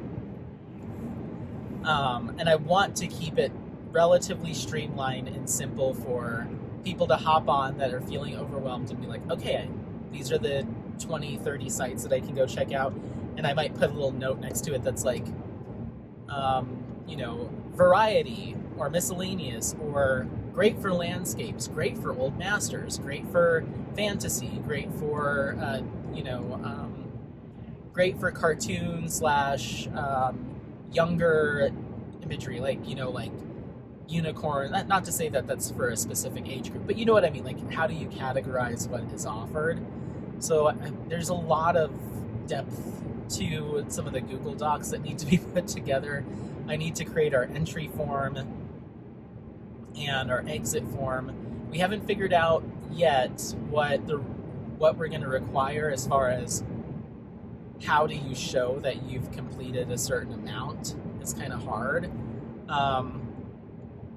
So we've got to figure that out, because I don't think we're going to have new starts or require a finish. You just have to have gotten done X amount of your kit. But it's like, how do you show that as the participant? Do you measure and put a little piece of washi tape on a 20 by whatever section? I don't know. That's the tough part. And then we need to start chatting with sponsors.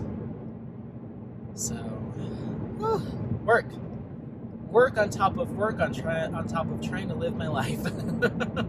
But I'm excited. Like, this, of any event that I would be asked to do or be a part of, like, this is the topic that I want to be involved with. That, and like, my two loves are cross-stitch conversions and old masters. Like, those are my two things that really I could just go on and on about. So when you combine the two together, like with Head of Medusa, I'm just like, let's talk, let's chat. I love it. But anyway, all right, well, I've already been chatting with you for half an hour on top of however long that hike was, so Stay tuned for more information about the cross-stitch conversion event if there hasn't already been something put up by now already. Like I said, this is being recorded well in advance. Otherwise, yeah, let me know again how your weekend's gone, or how whatever it is you're doing right now. You could be watching this a year from now. Whatever you've got going on, I'll see it in the comments, so don't forget to mention it. Oh, that's where Upslope Brewery is. Ooh, there's cider. There's a winer. Oh my goodness. You can get all kinds of booze over there. But yeah, let me know if you are doing well, if you're planning on participating in the cross-stitch conversion event.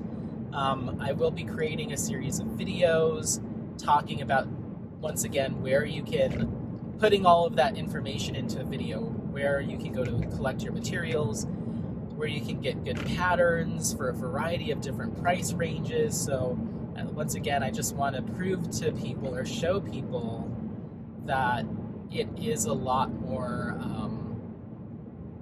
welcoming, or a lot more inclusive than maybe people might think. So, all right, well, that is that. I'm gonna let you go.